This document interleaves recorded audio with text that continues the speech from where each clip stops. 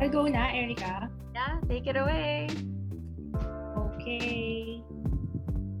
Good afternoon, everyone. I hope everyone is safe and Recording in in one piece. progress. I hope you're as excited as we are to hear about the policy paper to be presented today. So, welcome to the presentation of the paper titled "Are Gen Zs Ready for Work? Determining Career Optimism of the Next Generation."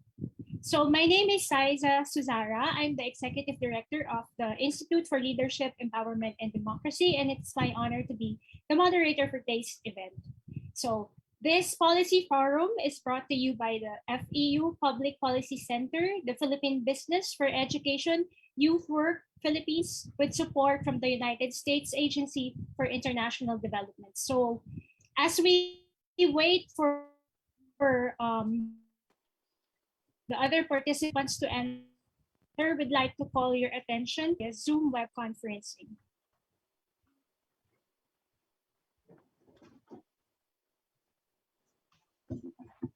So to all participants, please ensure your display name, your full name, and your organization's name. You may do so by going to your Zoom profile page, click Edit beside your account name, and then put in your first and last name, and then click Save Changes. So to ensure the clarity of our presenters' voices, we are muting all participants by default. Please click on the microphone button to be unmuted if it is your turn to speak. To ensure uninterrupted streaming, you may turn off your video and close non-essential internet browsers, windows, and apps, especially those that are bandwidth intensive. Our resource person who will present the policy paper will be given 45 minutes to present, after which our panel reactors will be given the opportunity to share their insights for a maximum of 10 minutes each. An open forum follows shortly after the last reactor, so please enter your questions in the chat box. Please bear with us as we have a limited time of about 40 minutes, but we will try to accommodate as many questions as we can. We wish to inform you that for documentation, we are also recording this entire event. We will announce any need for time extension during the open forum. We encourage you as well to post about this virtual event on social media. Please tag at FEU Public Policy Center on Instagram and use the hashtag WorkReadyGenZers. If you are on Facebook, we also encourage you to follow FPPC's and PHINMaed's pages. If you have friends or colleagues who would like to join today, this virtual event is also live streamed via Facebook Live on the FEU, FPPC, and PHINMaed Facebook page. The links are shared in the chat box. Again, good afternoon, everyone, to our virtual forum presenting a timely policy paper on career optimism among Gen Zs. To formally start our event, we wish to call on Dr. Michael M. Alba, President of the Far Eastern University, to give his opening remarks. Good afternoon, everyone, and welcome to this policy forum on our Gen Z's Ready for Work, determining the career optimism of the next generation, which the FEU Public Policy Center or FPPC is co-hosting with the Philippine Business for Education or PHINMaeD and the U.S. Agency for International Development or USAID as an activity under PHINMaed's USAID-funded YouthWorks PH project. Dr. Tina Epetia will be presenting the key findings of a study that PHINMaeD contracted the FPPC to undertake using data from the FPPC's College Experience Surveys or CESs. As you may know, the CESs are longitudinal or 10 what minutes each. economists prefer to Open call forum. or CES panel data surveys that are conducted annually and attempt to trace how the college experience affects Filipino students. Thus far, we have data on two cohorts of students, those who started out as freshmen in 2014 and 2015 and have completed their college schooling. In addition, we have ongoing surveys for cohorts that began college in 2019 and 2020, and we will start tracing the 2021 cohort in the next few months. The CES collects information from student respondents on a wide range of topics. These include, among others, their high school backgrounds, their parents' educational and economic status, the factors that determine their school and academic program of choice, their assessment of their academic performance, their educational and work aspirations and life goals, the activities they engage in or not, and their opinions on select social issues. But admittedly, still short-handed and without much by way of resources, the FPPC hasn't really maximized the use of the CES data.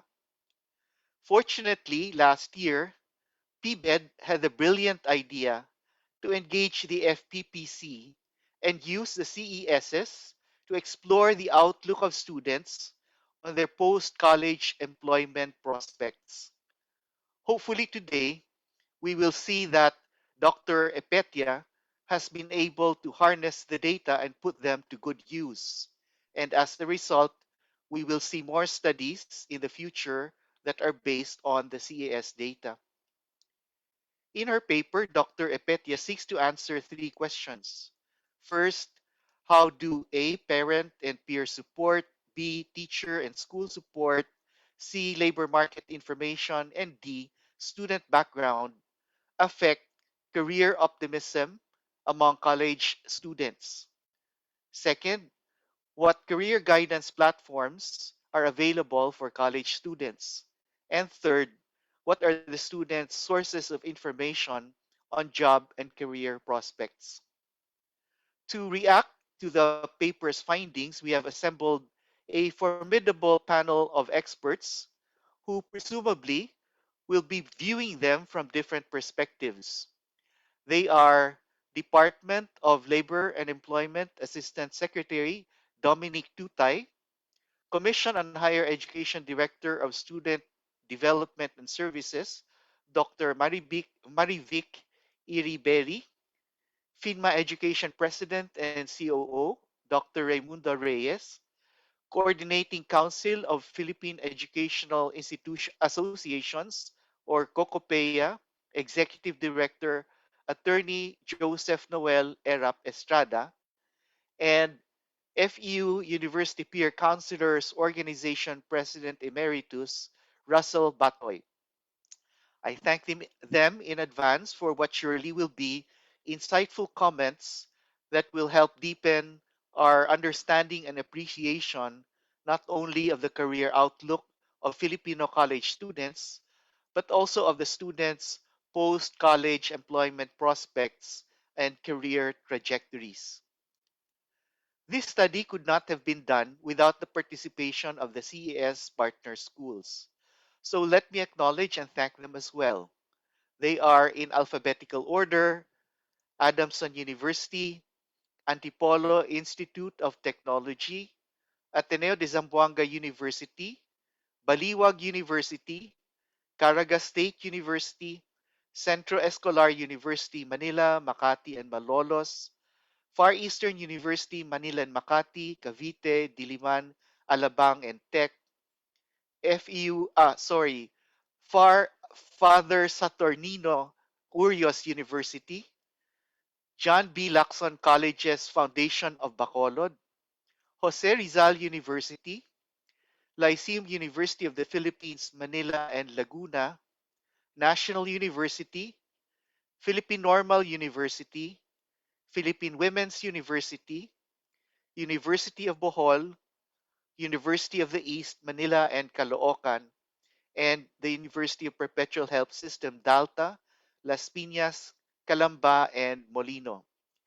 And let me give a special shout out to President Marco Benitez of Philippine Women's University, President Patricia Lagunda of Baliwag University, and President Erlinda Pefianco of Antipolo Institute of Technology, who honor us with their presence today. Finally, let me acknowledge the FTPC trustees, participants from the member schools of the Philippine Association of Colleges and Universities, or PACU, and COCOPEA, and from the Philippine Guidance Counseling Association, or PCGA, students, especially members of student councils of various universities and colleges, and PBED. To all, welcome to this policy forum. I hope you will find it an enlightening session.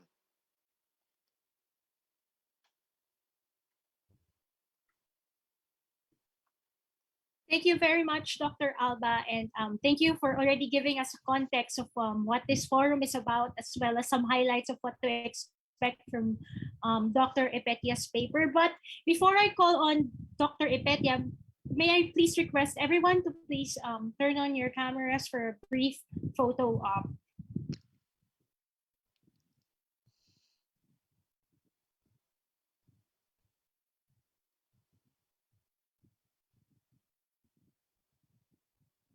Okay.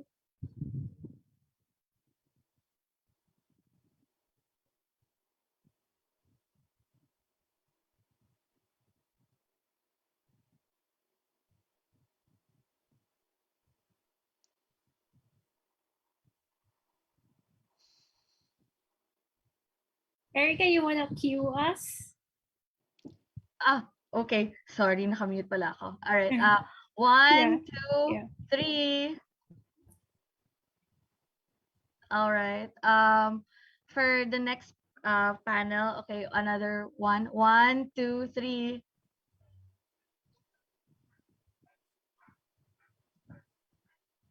Thank you. Thank you, everyone. Now let's go straight to introducing the author of the policy paper to be presented today. Dr. Maria Cristina Epetia is an assistant professor at the University of the Philippines School of Economics. She currently teaches labor economics and macroeconomics. The paper that she is going to present seeks to inform policymakers of the factors that influence the career optimism of Gen Z Filipino college students from various schools. Particularly, the study aims to determine where and from whom do today's youth get information and guidance on career prospects. What formal and informal lines are helping them be more confident about building a stable career after graduation. Let's all give a warm welcome to Dr. Epetia.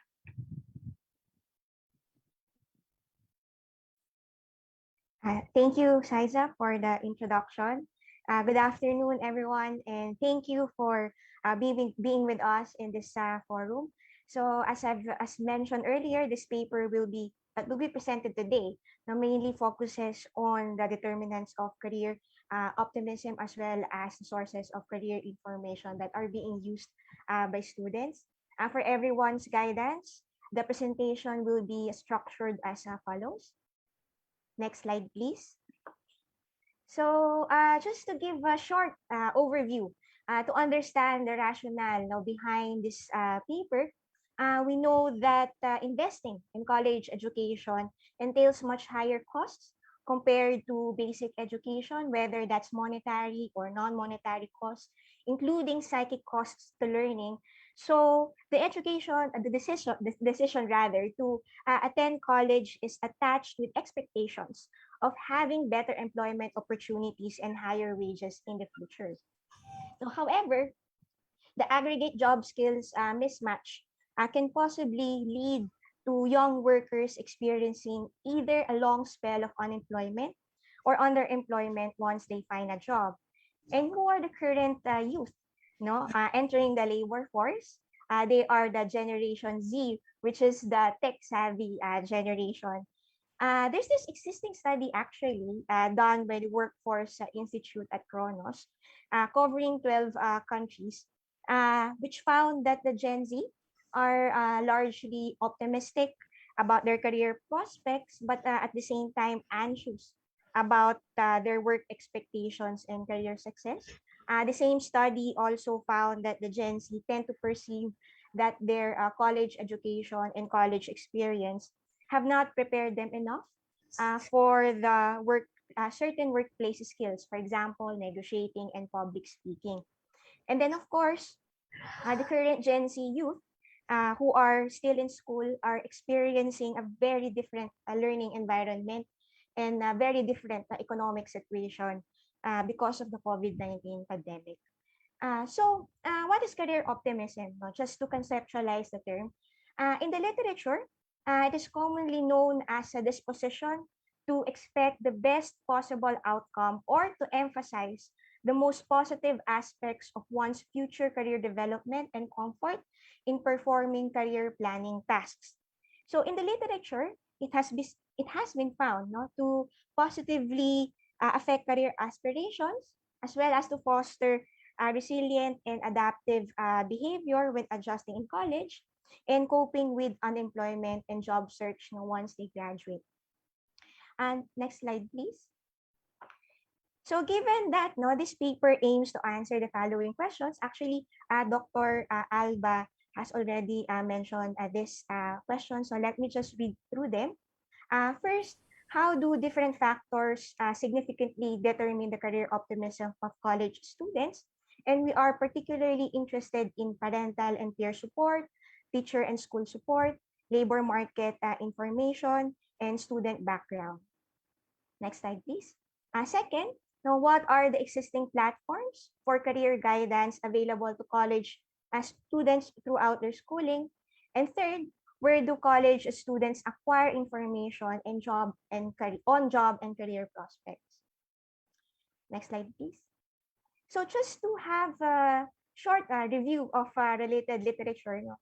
This paper is going to focus on the contextual antecedents of career optimism. One of them is contextual support.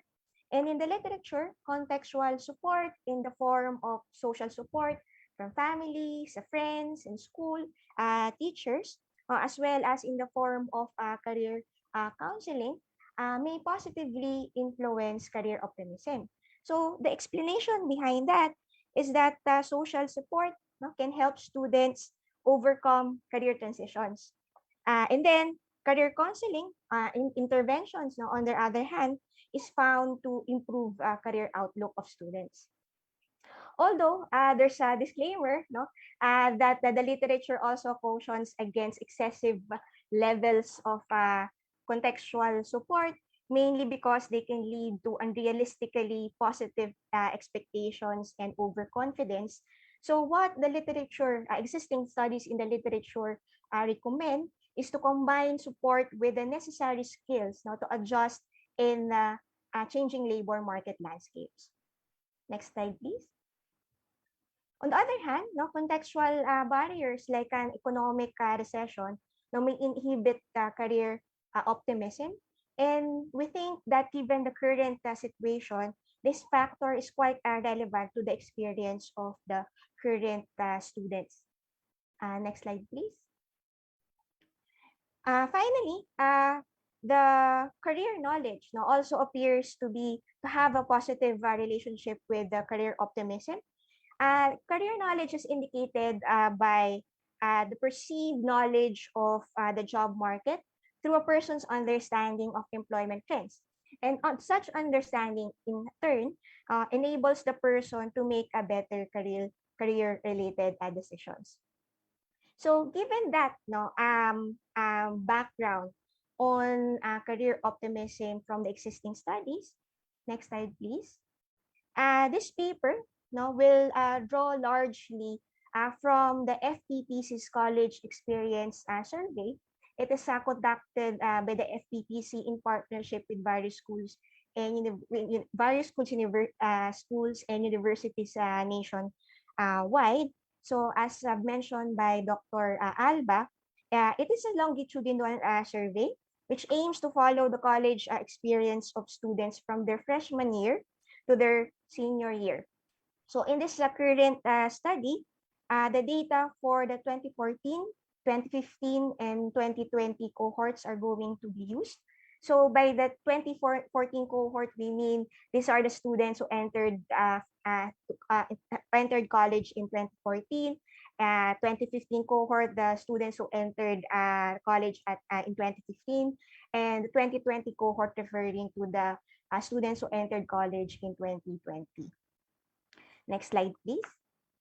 So the CES questionnaire contains a set of questions relating to student background as well as their college experience.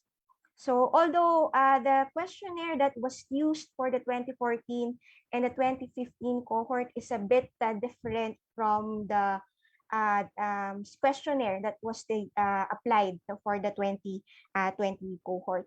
So most of the response options, especially to those referring to the college experience variables, are measured in a 5-point self-rated scale. So these are the indicators of career optimism from the CES data that we use to measure career optimism. For 2014 and 2015, this is the pertinent item.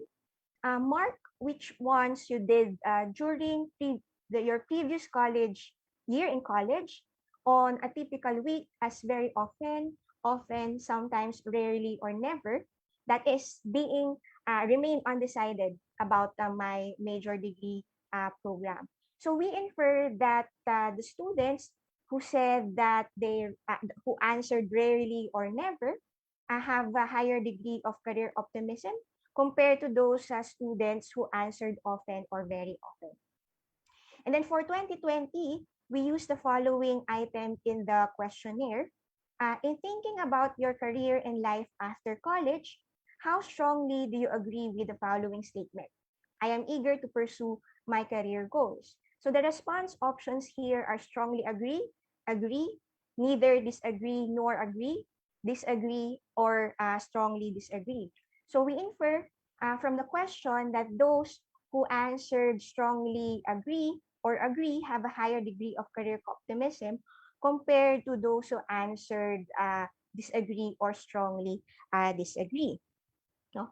Since the dependent variable of concern, which is the indicator of career optimism, is of ordinal nature, the ordered probit regression is going to be implemented in order to statistically test which are the significant determinants of career optimism.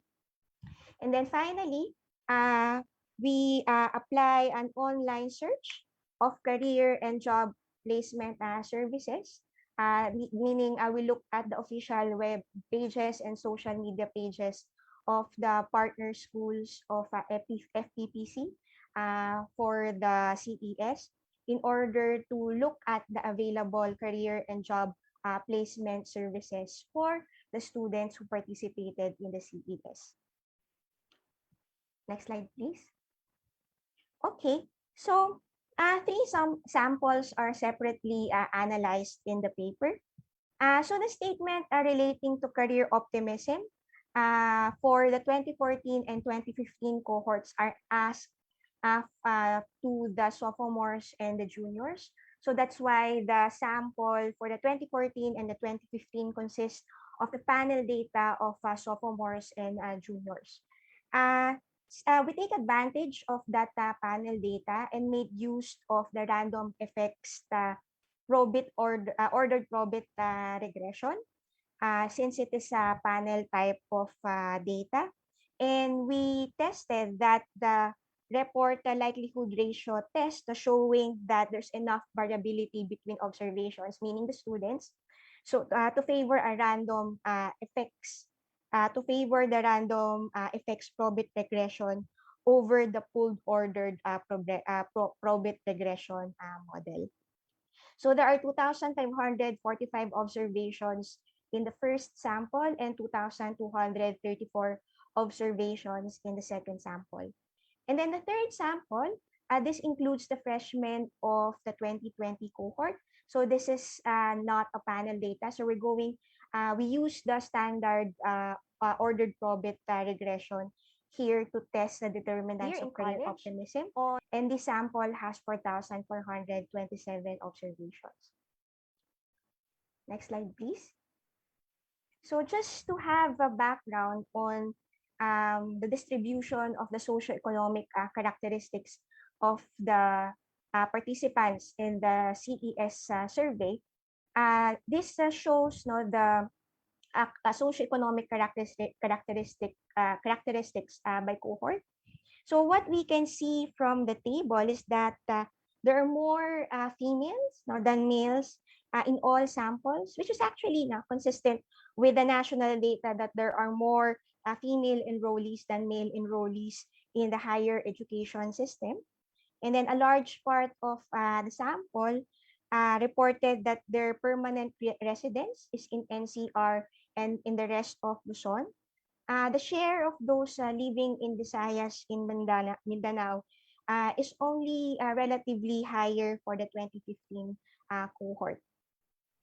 And then looking at the parental education, the majority of the student respondents have at least one parent who is a college graduate, now, which possibly suggests that having a college degree seems to have an intergenerational effect. And the good thing here, though, is that there's still a considerable share of college students in the sample who seems to be a first generation college student, no, which ranges from around 15 to 25% across the three samples. Lastly, if we're going to look at joint parental income, it seems that most of the respondents belong to the higher income classes. Now, for instance, almost 30% of the student respondents have parents whose income is greater than 100,000. Nonetheless, there's 13.8% for the 2014 cohort and 8.8% for the 2015 cohort whose parents are earning less than 10,000. So some share who are considered to be either poor or belonging to the lower income class. So this is the results of the breakdown of the responses to the career optimism indicator by year level, by cohort, as well as by gender. We see here that it seems that the majority of the students, student respondents, have a high degree of career optimism. Now, for example, let's look at the graph of referring to the 2014 cohort's sophomores. So nearly 60% of the student respondents, regardless of gender, said that they rarely or never had they thought of remaining undecided about their degree programs on a typical week. No, and this share actually increased to more than 60% of the juniors of the 2014 cohort. So if we're going to look at the other side, no, the reverse, and we see that only more than a little bit, more than 10% for both sophomores and juniors for the 2014 cohort answered often and very often. The same pattern can be seen for the 2015 cohorts, sophomores and juniors. And then if we look at the 2020 cohorts freshmen, many of the respondents seems to be optimistic about their careers despite the ongoing pandemic. Now, if we're going to look at the graph, more than 52.6, around 52.6% of the male respondents and 66.6% of the female respondents said that they strongly agree on being eager to pursue their career goals. But there also appears to have some gender difference in the responses of this cohort because of the much larger share of the females saying that they strongly agree to this statement compared to the share of the males. Next slide, please. So, as mentioned, no, one of the pertinent variables that this paper is interested in is the sources of the career information used by students. So we looked at these sources of career information, and overwhelmingly, the students' major source of career information is their family and friends. So that's 70% among males and 73% among females. So it's actually not a surprising result, no, given that immediate connections are tended to be perceived as trustworthy information.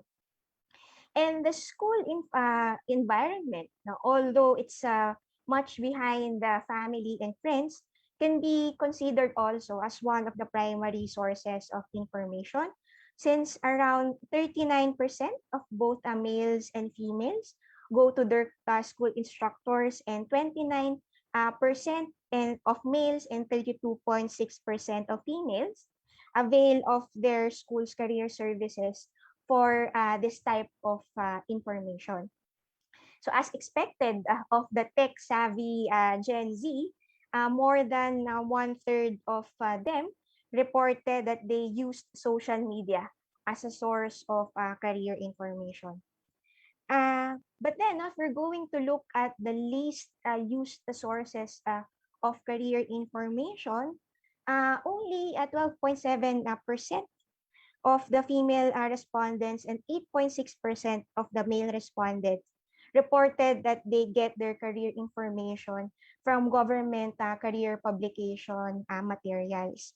So this is sources among the least used, no, except the other category. No, so there may be a need for greater information dissemination about the availability of this relevant materials coming from the government agencies. Then I just want also to highlight that there's still some share of among the respondents who do not seek career information at all. So that's 7.5% among males and 4.8% among females. Next slide, please. So in terms of awareness of job opportunities, it seems that students are largely aware of the job opportunities after graduation, especially among the female students. However, if we're going to look at the graph on the right, so this is the graph referring to not understanding job market trends. More than 20% of the female respondents reported to either strongly agreeing or agreeing to not understanding job market trends. The male student respondents have a higher share of those type of responses at around 30%. And then more than 40% for both males and females also said that they neither disagree nor agree with the not understanding of job market trends. So, and looking at this result, it might imply that there's much room for schools and government agencies to strengthen their efforts in making labor market information more well known, more accessible, and at the same time easy to understand. Next slide, please. So, as I've mentioned, schools do provide a career and job placement programs, and this is summarized by this table. As this table is constructed na using online information on the web pages of official web pages of the participating schools in the CES regarding the career and job placement programs that they offer to students. So let me just read through the available some examples of the available programs being offered to students. So there's career orientation, career testing, job fairs, career counseling, career resources, alumni tracer, job portals, industry partnerships, some company recruitment talks, some internship assistance, company tours, and as well as dedicating a social media page for this type of programs. So just to summarize everything that's in the table, next slide, please. Uh, Looking at the table, no, what we see is that first, schools mostly focus their career services programs on helping graduating students secure employment and internship opportunities through, for example, job fairs, mock interviews, seminars and workshops, and posting job vacancies into their web pages. Many of the schools now also distribute career resource materials such as how to write a resume, how to prepare for job interviews, and how to apply for government documents, no, like SSS. Nonetheless, now there are a few schools who assist even the non-graduating students secure internship opportunities.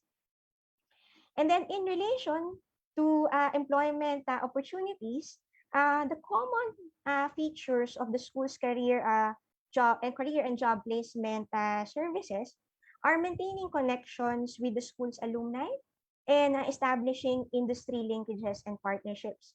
So in some schools, the alumni even act as some mentors to current students, which make mentoring more tangible.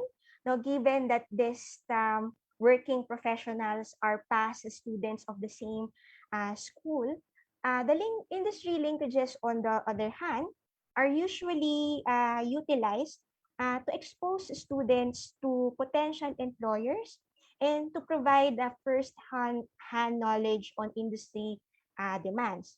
So usually it's the companies who go to the schools, but there are universities who do company tours so that the students will be introduced early on to actual workplace scenarios. Then there are also a few schools among the CS participating universities which take advantage of these industry linkages to update their curriculum in meeting the current industry demands. Next slide, please.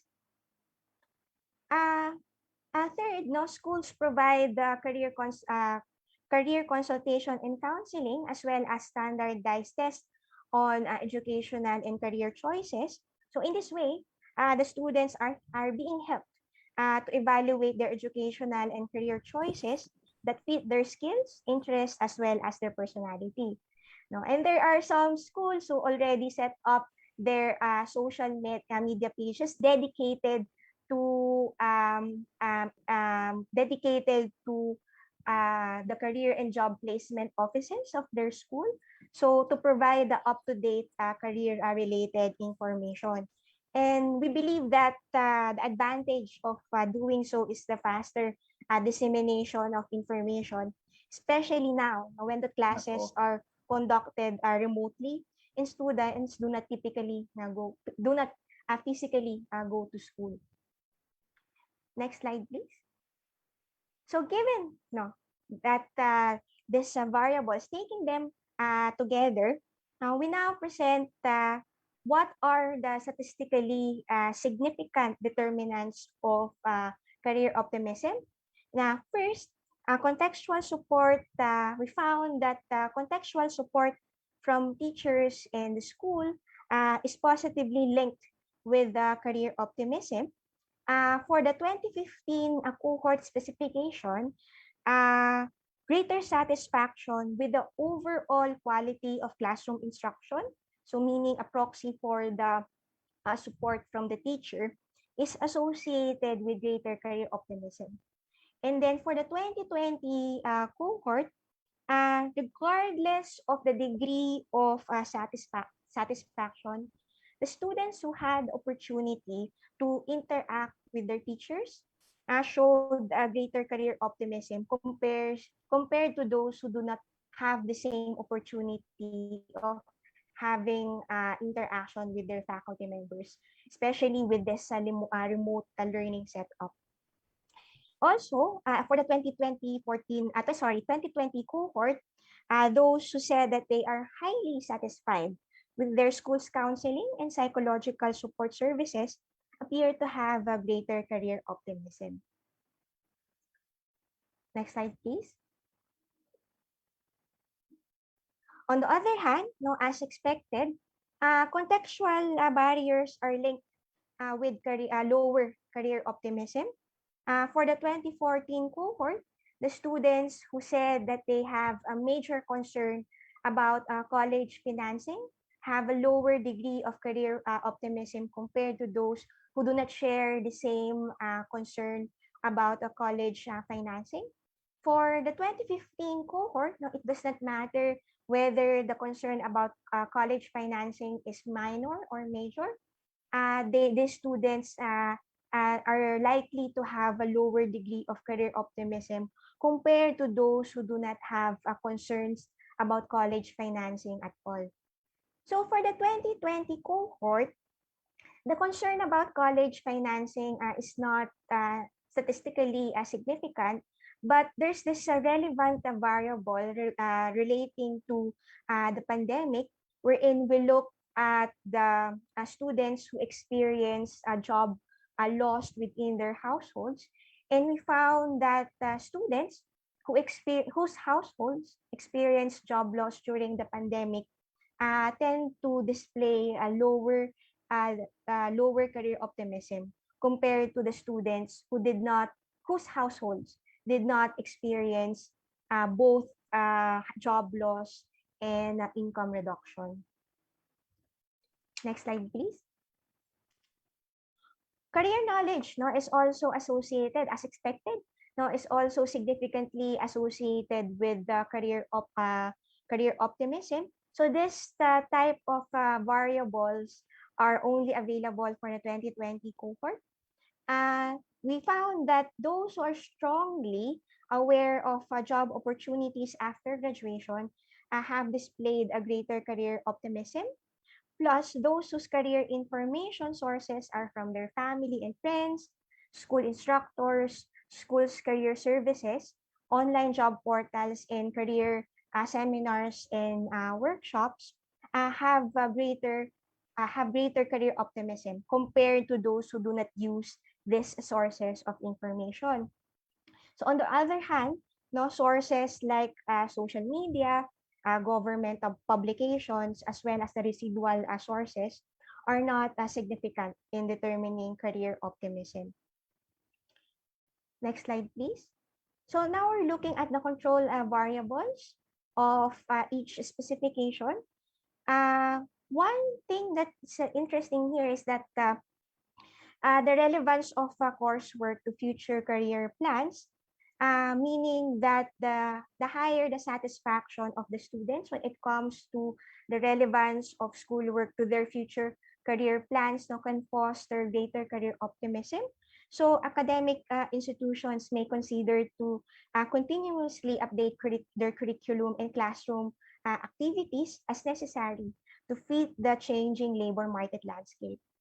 And then past performance is only significant for the 2015 cohort, but the self-rated drive to achieve is significant for all cohorts. So what this implies is that intrinsic traits are also important in determining career optimism.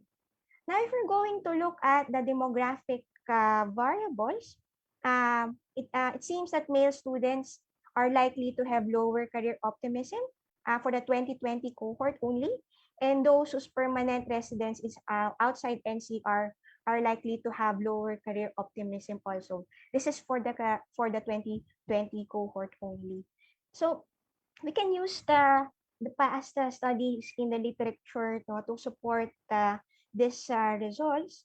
So a possible explanation for the gender difference for the 2020 cohort is that even before the pandemic, male students are found to be struggling more with online instruction, and in the current pandemic, the male students are found to be less satisfied with their academic life. And then in the for the region result.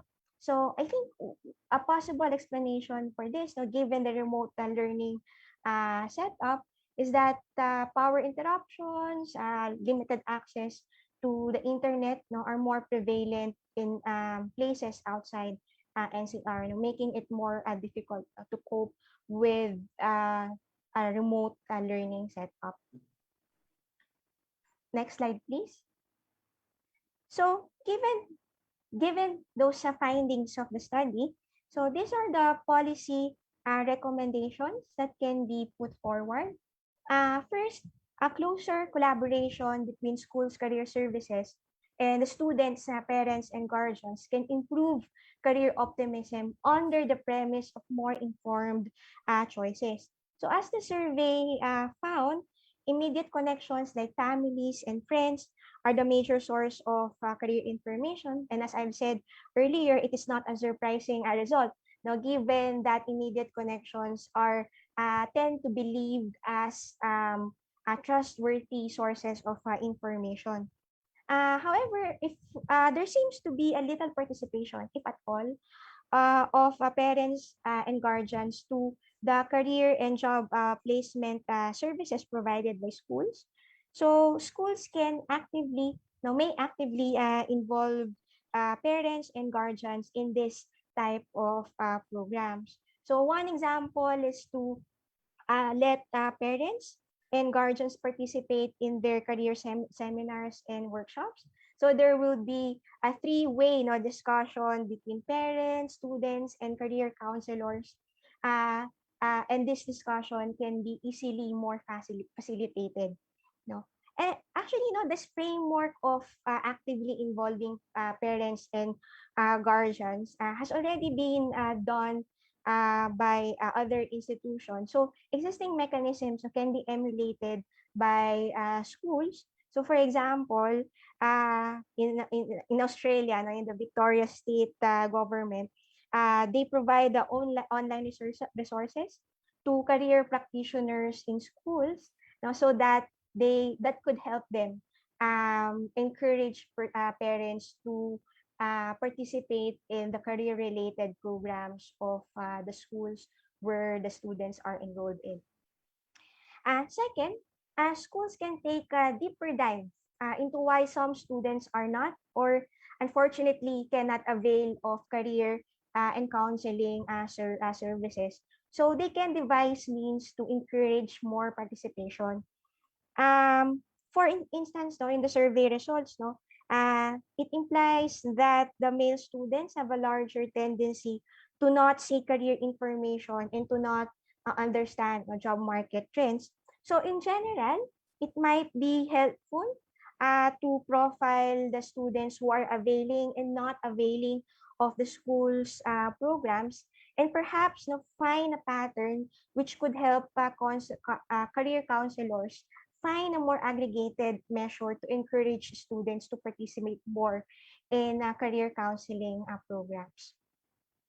Third, schools can use their industry linkages to ensure that their curriculum reflects the hard and soft skills that get job seekers hired.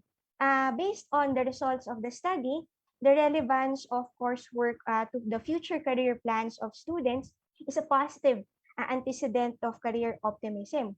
But then, no, if we're going to look at the industry-based data from the Philippine Statistics Authority, around 20% of establishments in the Philippines reported that it's hard to fill job vacancies because applicants lack the needed competency or skill.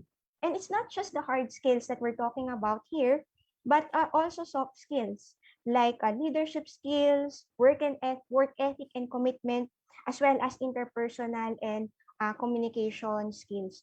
So therefore, ensuring that the school's curricula are keeping up with the industry demands can help foster the career optimism of students. Next slide, please. Fourth, career guidance services can be implemented side by side counseling services to cater both the career-related interests and overall well-being of students. especially in the middle of the COVID-19 pandemic. No, it is found in the paper, just to reiterate, that positive traits, no, particularly drive to achieve, are associated with the greater career optimism. However, no, there are existing analysis that said that students, especially under the current pandemic situation, are said to be experiencing heightened anxiety and feeling a lesser degree of satisfaction towards their academic life. So it will be beneficial for students to have access to programs and services that not only consider their career and academic interests, but also their overall well-being. Fifth, government agencies now can improve the reach of labor market information by linking more closely with the academe, the industry, and the students, parents, and guardians. The labor market information, as part of the career advocacy program of the government, has a great potential to improve the aggregate job skills mismatch that is prevalent in the labor market. But it seems na based on the survey that only a smaller share of the students is using government publications as a source of career information. The advantage kasi of government agencies like the Department of Labor and Employment is that they have greater resources and means to collaborate with schools and industries, and therefore gain a wider understanding of the discrepancy between the skills taught in schools and skills that are projected to be needed both in the national and foreign labor markets. So a greater coordination now between the government, the academe, the industry, and students, parents, and guardians can enhance the flow of labor market information, help students make sound career choices, and stimulates students' career optimism. And lastly, financial assistance can boost the career optimism among the financially challenged students. Now, as found by the study, contextual barriers such as concerns about college financing and job loss within households because of the pandemic can lower the career optimism of students. So the CHED, for one, can help in this concern by publishing the cost of schooling, and by doing so, no, can help mitigate the gap between the family's expected cost of schooling and the actual cost of schooling, and help families better prepare for the financial demands of college education. And then for another, extending scholarships to financially challenged but capable students will be very helpful, especially in the middle of the COVID-19 pandemic. So to summarize, no, the findings as well as the policy recommendations, uh, it seems that a greater coordination, collaboration between government agencies, schools, industries, and the students' families can provide the necessary support to developing career optimism of students through the provision of credible labor market information, career counseling, and in certain cases, financial assistance. So thank you everyone for joining us in this presentation.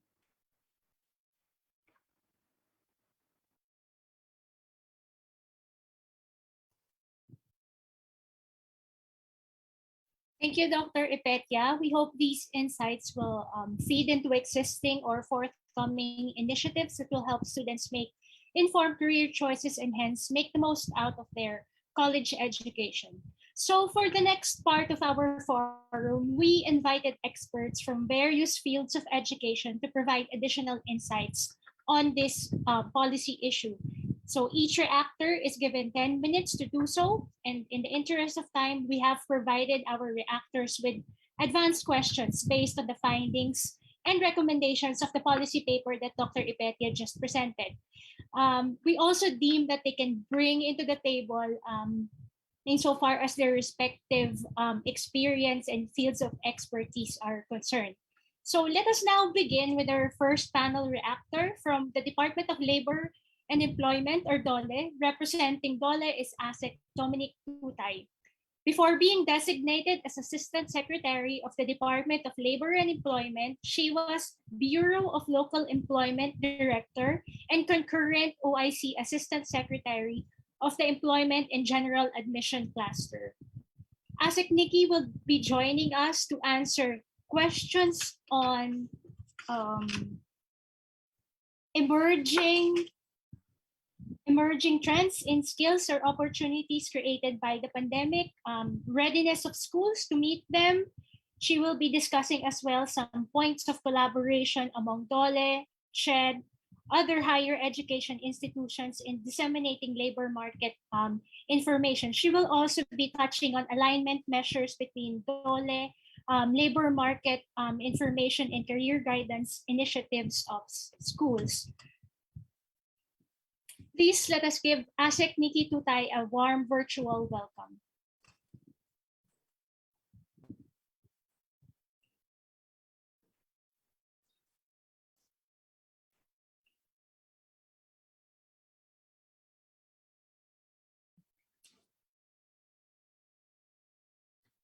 Thank you, Saisa, and good afternoon po kay Dr. Alba, kay Dr. Ipetia, of course, kay former PMS Secretary Julia Abad, sa lahat po ng aking mga kasama as panelists in this fora, and sa lahat po ng audience po natin dito sa forum na ito, good afternoon. So siguro yung reaction muna before the prepared Q&A that was forwarded to us.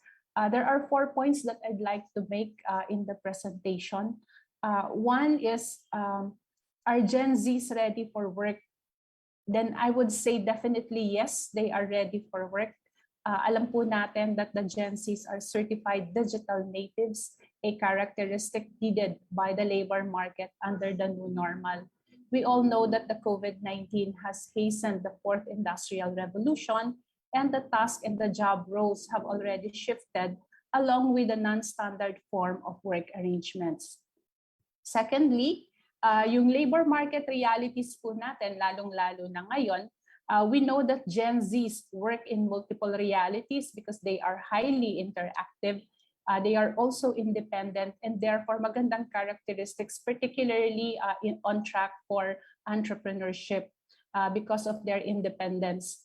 But if they should decide na doon po sa wage employment ang kanilang track, then they must also possess other skills. Tinatawag po natin yung 21st century skills, particularly critical thinking, problem solving, and kanina yung mga negotiation skills na banggit po ito. Secondly, dapat mataas din yung adversity quotient natin and emotional quotient. For us to be able to become resilient, adaptive, and cope with the stress, especially now that we are still in a pandemic situation. Thirdly, yung optimism kasi that's being defined also by or being influenced doon sa tinatawag po natin na challenge of the digital divide. If you look at the respondents doon po sa ating study, it's more of the National Capital Region or Luzon area. Very few are coming from Mindanao and Visayas, and therefore that will really have an impact on the responses ng ating pong mga respondents. And when we say the challenge in the digital divides, of course, sino ba yung haves and have-nots in the society? So therefore, there could be a really widening gap doon po sa ating mga Gen Zs na mapalad at yung hindi masyadong mapalad. Those who have access to digital tools, to communications, to connectivity, that would be a great factor. And lastly po, since the study was conducted during the height of the pandemic, then definitely po the results would really be influenced by the current pandemic situation. So tingnan ho natin, meron kayang difference kung sakasakaling hindi nga nagawa yung study in a pandemic period. So that's all for now, and we will be responding to questions later. Thank you.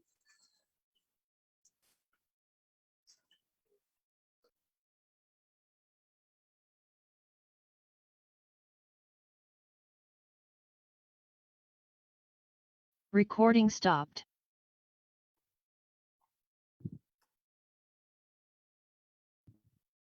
Thank you, ASEC Nikki.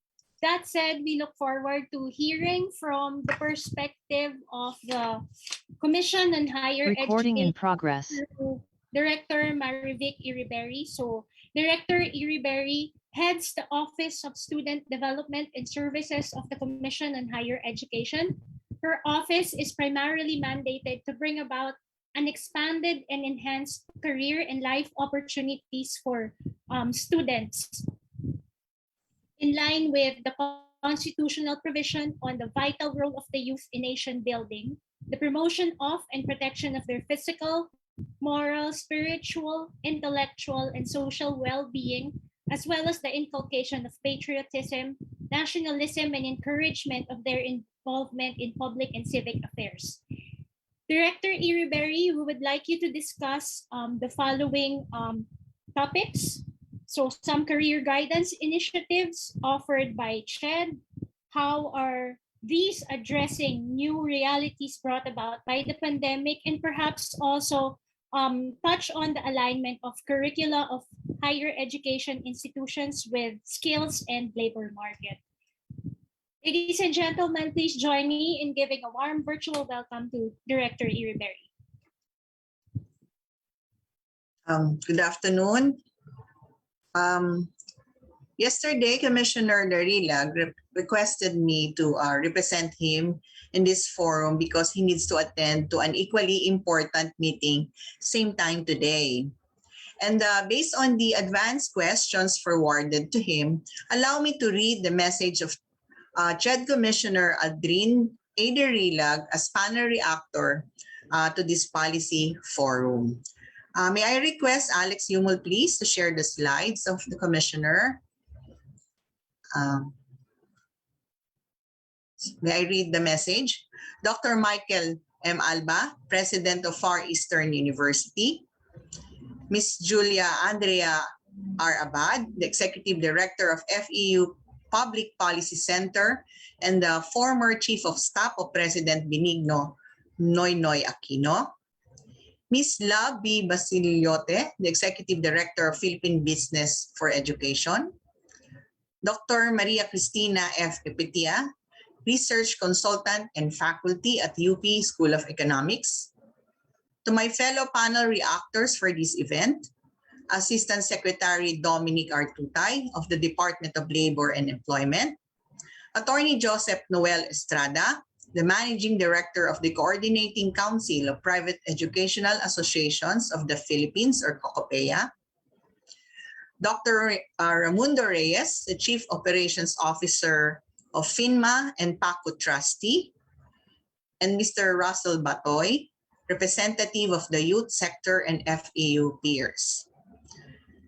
To the presidents, deans, chairpersons from higher education institutions, distinguished guests, participants, organizing committee, good afternoon.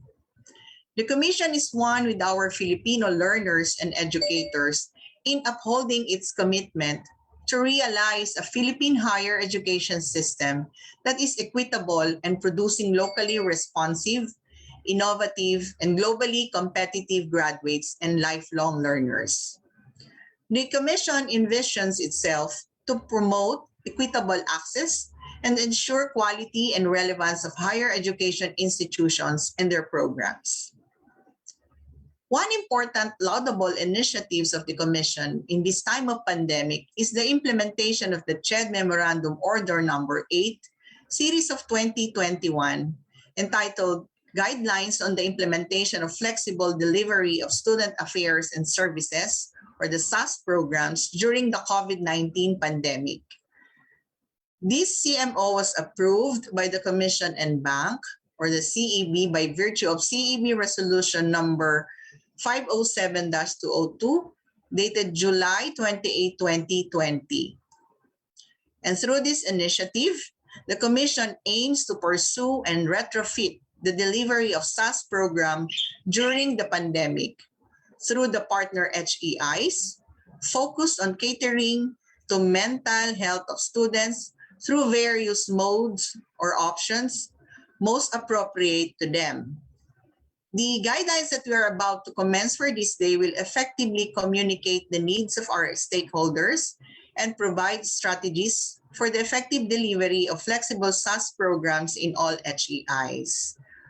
The said CMO also highlights career guidance as one of the services provided by guidance counselors. Career optimism and confidence of students are built by being able to avail online services using various platforms by their respective institutions. May I request Alex, please, for the slides?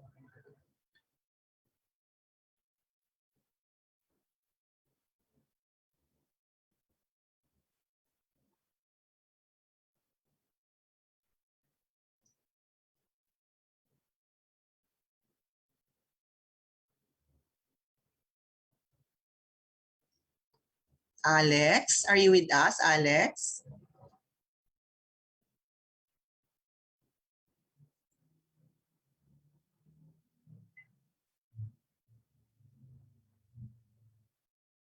I think.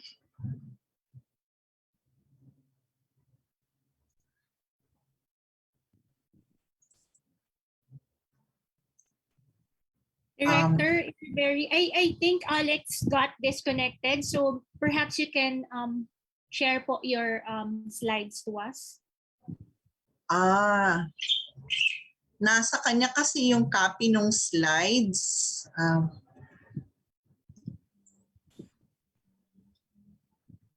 Naghang daw siya, nagte-text.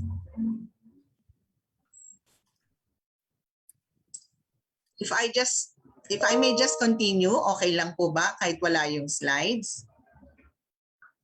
Go ahead po, ma'am. All right. Okay. To continue the message of Commissioner Darilag, the Commission is adamant in prioritizing the mental health and welfare of students and faculty members on top of the pressing concerns of Philippine higher education. Hence, the guidelines on the implementation of flexible delivery of SAS programs during the COVID-19 pandemic have been established. Some of the noteworthy provisions include, first, the SAS offices. HEI shall ensure that students are oriented properly on the flexible learning system. Therefore, SAS offices or units shall maintain operations during the pandemic to effectively communicate the needs of students and other stakeholders. Second is the mental health of students. HEI shall provide mental health services to ensure the psychosocial and mental well-being of the students during the pandemic. They shall also institutionalize a mechanism to closely monitor the academic performance and mental health of students. Third is the guidebook on the implementation of flexible learning. HEI shall supplement their student handbooks with a guidebook on the implementation of flexible learning. This includes etiquette during online classes, tips on sourcing materials online, and other academic decorums. Another is the online platforms. HEI should effectively disseminate information on SAS programs through social media platforms. The SAS offices are highly encouraged to create offline and online modalities to take advantage of flexible learning. And the fifth is on the HEI partnership and collaboration. HEIs are highly encouraged to develop collaborations or consortia among themselves so that critical SAS programs may be provided to all students to ensure their academic success. In line with the directives stipulated in CMO number 8 series of 2021, the Commission is currently underscoring the career guidance initiatives of our higher education institutions. Under this initiative, the HEIs must undertake an integrative wellness program and at the same time serves as an impetus to appreciate career opportunities available during the COVID-19 pandemic, and most especially during the post-COVID-19 period. The Commission considers career pathways changing their gears given the ingredients that were keyed by COVID-19 phenomenon. As such, SGIs must consider revisiting their existing curricular offerings and come up with a revitalized and cutting-edge programs that are responsive to the changing landscape of higher education. The website, for example, espouses the top 10 career opportunities for the post-COVID-19 pandemic, in which the community of learners must embrace as a proactive way of adhering with the requirements of the times. We have careers in robotics, artificial intelligence and machine learning, human resource champions, legal experts, digital transformer, business leaders, financial consultants, entrepreneurship future, marketing managers, and business analysts. The OECD 2021 in their recent study posted that the COVID-19 pandemic has further underscored the importance of career guidance services, as many adults have lost their jobs and require assistance identifying suitable career options in a labor market that has changed profoundly. The pandemic has made a significant impact on the supply and demand for skills. On the supply side, low-skilled adults have been disproportionately represented among those who lost their jobs. Many will need to upskill or retrain to find work. And on the demand side, the crisis is likely to accelerate the adoption of digital technologies and automation, increasing demand for high-level skills. Through an innovative career guidance and mentorship, the agent can be guided through facilitating reemployment, identifying new job opportunities, and proposing relevant training. In the global scenario, public employment services, or PES, and private providers represent the two largest providers of career guidance services for adults, representing the 24% and 22% of adult users, respectively. Other significant providers that were identified by OECD are the education and training institutions and employers. Each of these institutions or organizations post strengths and weaknesses as they cater to the professional needs of our graduates. The PES offers free counseling that is increasingly accessible to employed workers who have historically not been eligible for PES support. However, satisfaction with PES guidance is generally low, possibly owing to overburdened counselors lacking the time and funding to personalize advice. Private career guidance providers offer an alternative, but disadvantaged adults may not be able to afford such services unless they are publicly subsidized. Career guidance outcomes are strongly correlated with the type of provider. Career guidance provided by employers or employer associations is found to be linked to positive employment outcomes, and provision by education and training providers is positively associated with participation in training programs. All these salient innovations stipulated in CHED Memorandum Order Number 8, Series of 2021, are in congruence with the National Recovery Program and resiliency projects of the government to combat and eventually recover from the COVID-19 pandemic. I would like to exhort the phrase Maslow over Bloom, in which in the education circle, there must be an utmost assurance that our students will be safe and will meet their basic needs before flexible learning commences. CHED is responding to most of the needs, if not all of the students and teachers, so that integral formation and holistic learning will be the main precept of learning during this time of crisis. Another notable policy is CHED Memorandum Order Number 9, Series of 2013, or the enhanced policies and guidelines on student affairs and services. DCMO emphasizes that part of student services to be provided by HEIs is career and job placement services and economic enterprise development. The Commission further ensures the alignment of program curricula with skills and other labor market trends by engaging in research that seeks to establish data and identify the gaps of the curricula with the labor demands. Through the Office of Programs and Standards Development, the Commission conducts a multi-sectoral periodic consultation with concerned professional organizations, higher education institutions, the industry sector, the Department of Labor and Employment, and other relevant government agencies to ensure a comprehensive review.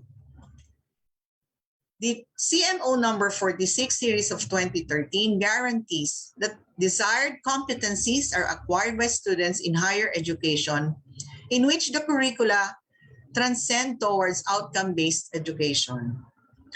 With these policy standards and guidelines, it is an affirmation of the Commission that the requisites of the Philippine Qualifications Framework, or the PQF, are being met by the institutions of higher learning in all areas and functions of the educational system. This PQF describes the levels of educational qualification and sets the standards for qualification outcomes. It gives us an assurance that the degrees obtained by stakeholders are at par with international standards. PQF encourages lifelong learning and provides a framework for learners' progression. With quality assurance as its backbone, it integrates authorized qualifications in a global registry across education levels and enables international comparability, recognition, and mobility. To date, we have 90 curricular programs that were revised to align with the outcomes-based education, or the OBE. Still on the topic of quality standards and relative to the K-12 program, the new general education curriculum was designed to align higher education with professional and international standards. It lays the groundwork for the development of a professionally competent, humane, and moral person. It also prepares the Filipino for the demands of the 21st century learning and require the learners to have the capability to anticipate and adapt the changing situations. It enables students to think innovatively and create solutions to problems. Another initiative is the issuance of CHED Administrative Order Number 9, series of 2019, or the reconstitution of technical panels and technical evaluators in various academic disciplines. This issuance paved the way for greater industry involvement of the technical experts and participants in the policy formulation to institutionalize and rationalize the representation of specialists from government, industry, and academe in the process of education policy making.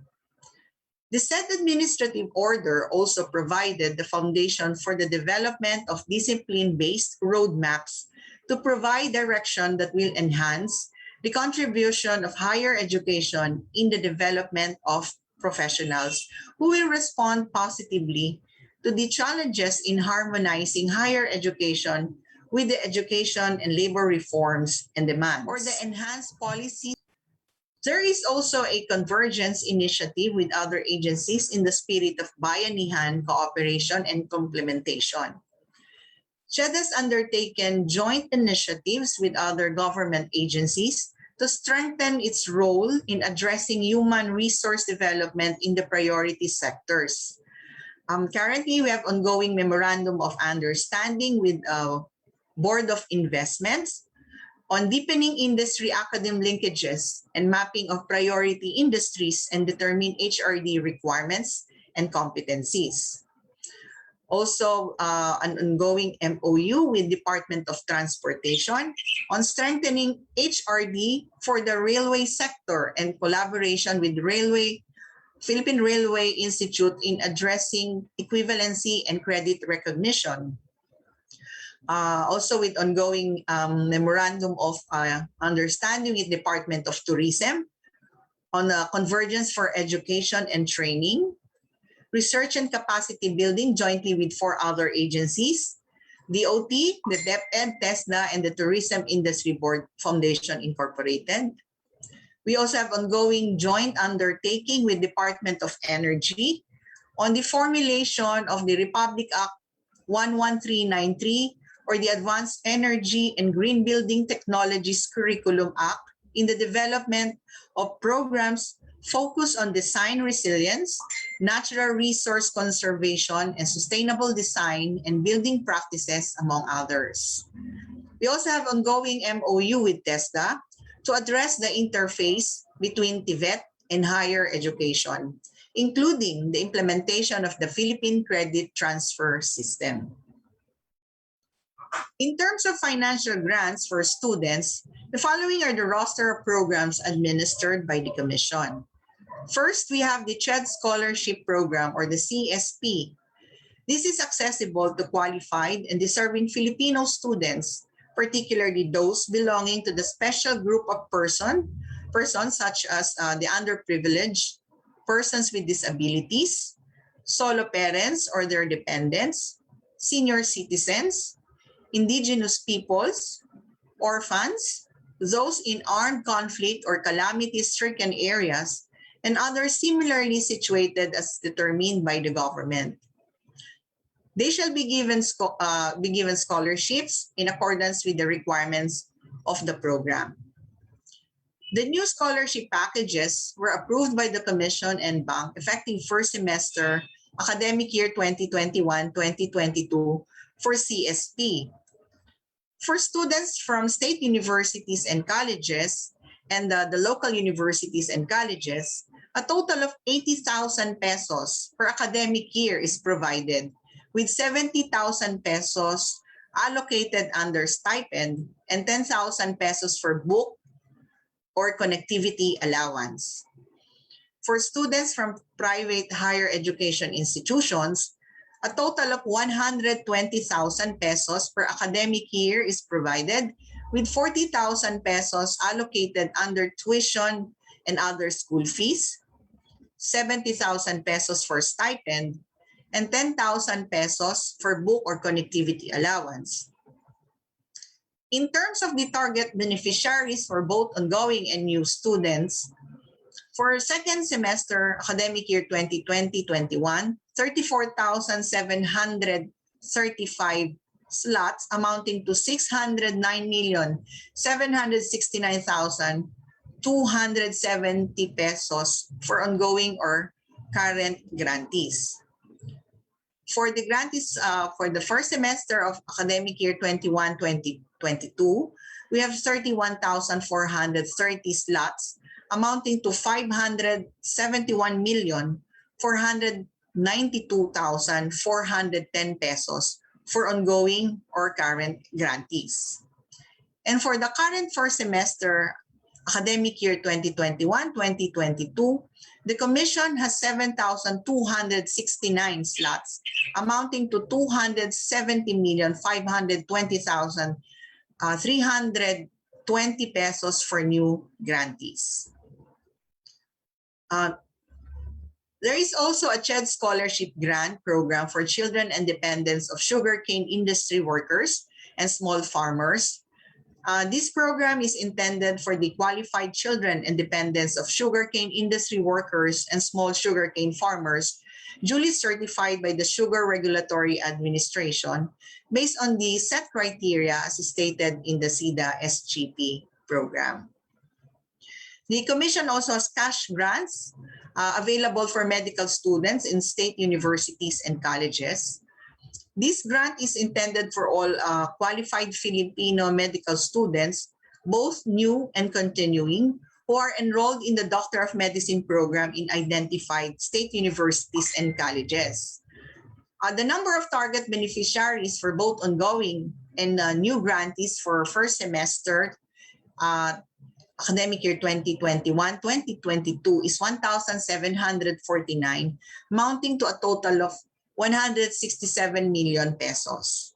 And the financial benefit package covers the actual tuition fee cost of the concerned SUC for the medicine program, the financial assistance broken down into 14,000 pesos for book allowance, 6,000 pesos for uniform allowance, 10,000 pesos for experiential learning activities, and 7,000 pesos for living allowance. And there are 8 state universities and colleges participating under this program. We have the Bicol University, the Cagayan State University, the Mariano Marcos State University, the Mindanao State University, the University of Northern Philippines, the University of the Philippines Manila College of Medicine, the University of the Philippines Manila School of Health Provinces in Palo Leyte, and the West Visayas State University. And we also have the latest program, which is the new Medical Scholarship and Return Service Program. This is in pursuance to Republic Act number 11509 or the Doktor Para sa Bayan Act. The Commission is tasked to implement the MSRS program and have it offered to deserving Filipino students who want to pursue a degree in medicine and be of service to their local communities once they have become physicians. The initial number of target beneficiaries is about 1,136 with a tentative funding requirement of 250 million. And to date, the implementing rules and regulations were already submitted for public consultation. The Commission also upholds the dictum, no student will be left behind. It is for this reason that CHED together with UNIFAST implement judiciously the mandates of RA 10931 or the Universal Access to Quality Tertiary Education Act. RA 10931 is undoubtedly the most transformative, radical, and unparalleled piece of legislation that this administration has passed. It provides all Filipinos with equal opportunity to quality tertiary education in both the private and public higher education institutions. This act is a proof that this government recognizes and affirms higher education as an immutable human right to and for all Filipinos as enshrined in our Constitution. This is an assertion of the Commission that indeed tertiary education must espouse the notions, procedures, and processes of 21st century learning. The education of the new millennium connotes revolutionized approaches to realize excellent teaching and learning that are at par with international standards. This pandemic has surely taught us to fully realize that the Philippine higher education needs to be revitalized for future thinking. Hi, COVID-19 Director Berry. Yeah. Apologies po. Sorry for interrupting, but perhaps we can wrap up po the speech so we can give time to our next 2 panel reactors. Thank you very Yeah. much, ma'am. Yes, as a last sentence na lang po, COVID-19 pandemic made us understand that we should shift from the traditional schemes of education and adhere with the parameters of sustainable education instead. So, from Commissioner Darilag, maraming salamat po. Thank you very much again, Director Iriberry, and thank you also to ASEC Nikki Tutay. So from the perspective of government agencies, let us now hear from our school administrators and partners in the non-government sector. Our next reactors are from the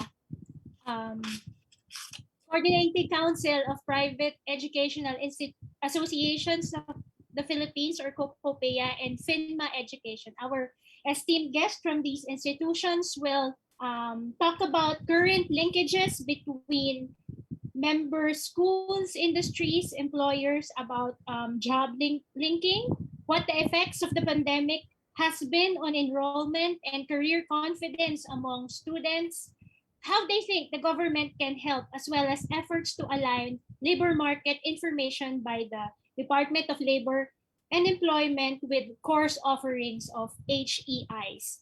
So let's start off that discussion with Dr. Raimundo Reyes, the Chief Operations Officer or COO of PHINMA Education. He is also a member of the Board of Trustees of the Philippine Association of Colleges and Universities. Fondly known as Sir Emon, Dr. Reyes joined PHINMAeD in 2007 as COO of PHINMA's Cagayan de Oro College before becoming president of 5 PHINMAeD schools and eventually the COO of PHINMAeD. He earned his doctorate in global executive education from the University of Southern California. Join us please in giving a warm virtual welcome to Dr. M. Reyes. Good afternoon, Saiza. Good afternoon, Dr. Mike Alba. Good afternoon to the FPPC Director, Julia Abad. And good afternoon to all my fellow panelists here and to everyone in this webinar. Allow me to share my screen because I will have something to share through my PowerPoint. I just don't know if I can share my PowerPoint now because this indicates that only the host can. Okay. Then, all right.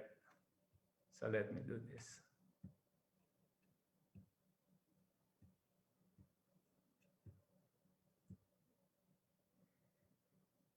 Okay, can you see my screen?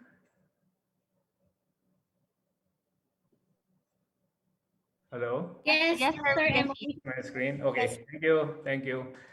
All right, so I will be focusing on how PHINMA Education is preparing its students for the workplace, particularly in leveraging our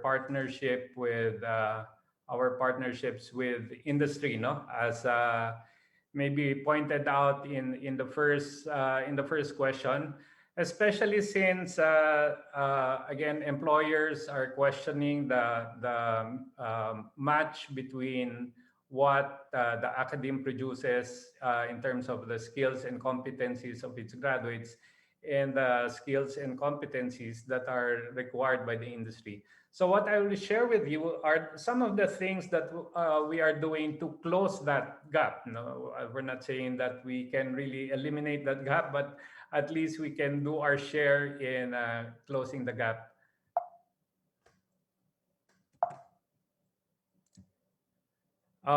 So first off, we partner with industry groups and companies. Right now, we have partners with about 150 companies and industry groups.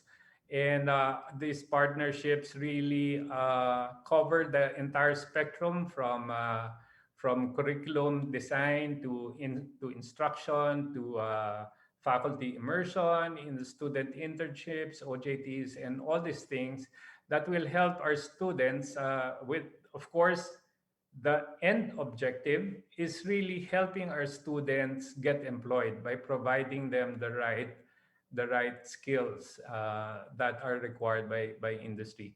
So in this picture, you can see our MOA with the Philippine Constructors Association, and which covers essentially 3 areas where the PCA agreed to help us, to guide us on curriculum, to help our teachers and to place our teachers in immersion programs in various companies of their members, and also to place our students in internship programs, also with their various members. On curriculum and instruction, we have prepared course Bibles with in consultation with the industry. So these course Bibles are actually the curriculum for each of the programs that we offer.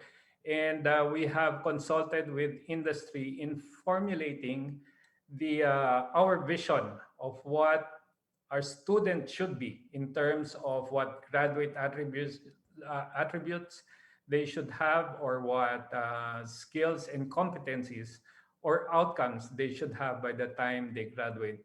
So these are done in consultation with industry, and therefore the curriculum flows from that. We design our curriculum based on an understanding of where we think our graduates should be.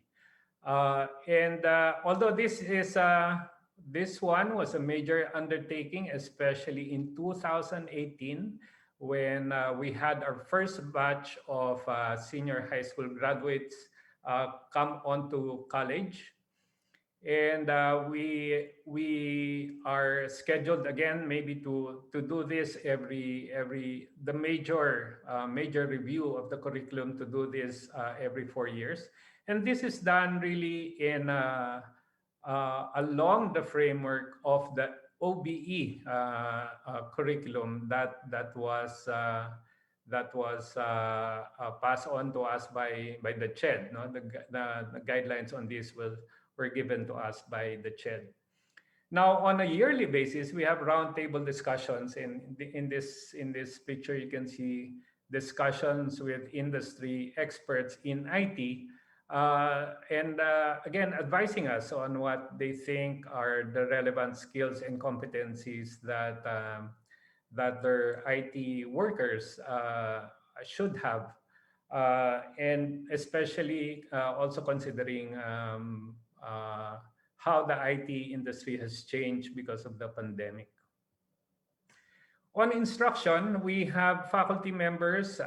We encourage actually, and even require some of our faculty load to be handled by industry practitioners, meaning these are active industry practitioners, and they handle some of our subjects on a part-time basis. On the other hand, too, we also send our faculty for immersion with our industry partners so that they get exposed to what is happening in the industry these days. On the right side, you can see here what we have done, for example, with our simulation labs for our HRM Mac Hotel. We have designed the Mac Hotel of our schools to be exactly how it is with our partner, in this case, Microtel, because Microtel is also a company of PHINMA. So the students get exposed to how it is actually laid out in the real hotel. On work preparation, so we also have this. So we have internships. Now we have moved on to virtual internships with our industry partners. For the school year, just the past school year, 2020 to 21, we had around about 400 interns that we were able to place with about 20 plus industry partners. We also conduct, of course, mock interviews to prepare our students for the actual interviews when they graduate. We also conduct webinars, and these are, we invite speakers again from our industry partners to talk on different soft skills that our students would need. So in this picture, you can see the topic, and this was handled by our partner from Willis Towers Watson. And you can see some of the other webinars that we were able to conduct during the year. On this slide, you can see what we did with PHINMAeD, which is the Philippine Institute for Civil Engineers, who agreed to take on to mentor some of our students. No, so one industry partner would mentor 2 of our students, and there were about 47 of these arrangements. And what you can see here is the culminating activity of that virtual mentorship with our partners. Lastly, we had career fairs, which were conducted again with our industry partners, and we also like to thank DOLE, because DOLE was also our partner here. They would link us up with their partner companies also, to improve the base of our industry partners during this career fairs. This is now being done again online. I would skip this because I'm running out of time. I just like to share this now because this is with my hat as the chair of the PACU Industry Academe Linkage Committee. For PACU, what we have done is we have conducted a series of talks on different disciplines, again with the industry partners. So the first was on health sciences, and this was hosted by Wesleyan University and Our Lady of Fatima University. The next was on engineering. So we had our engineering partners here again. This was hosted by PHINMA Education and University of Iloilo. And lastly, the third in the series was on business, and this was hosted by Jose Rizal University. And again, with industry professionals in business. We intend to do this for several other disciplines that would include HRM, tourism, education, and other disciplines in the future. So this would be an ongoing effort to be done by the Philippine Association of Colleges and Universities.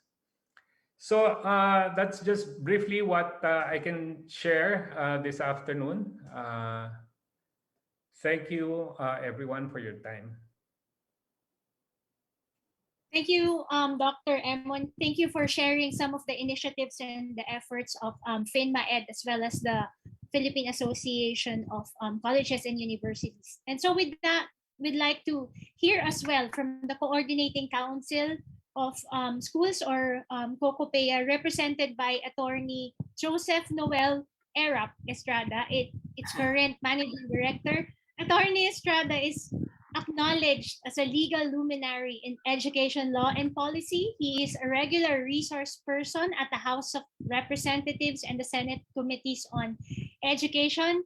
He also regularly represents private education in policy consultations in the Department of Education, the Commission on Higher Education, and the Technical Education and Skills Development Authority. Attorney Estrada helped draft the Enhanced Basic Education Act of 2013, and he was also instrumental in the passage of the Unifast Law in 2015 and the Universal Access to Quality Tertiary Education in 2017.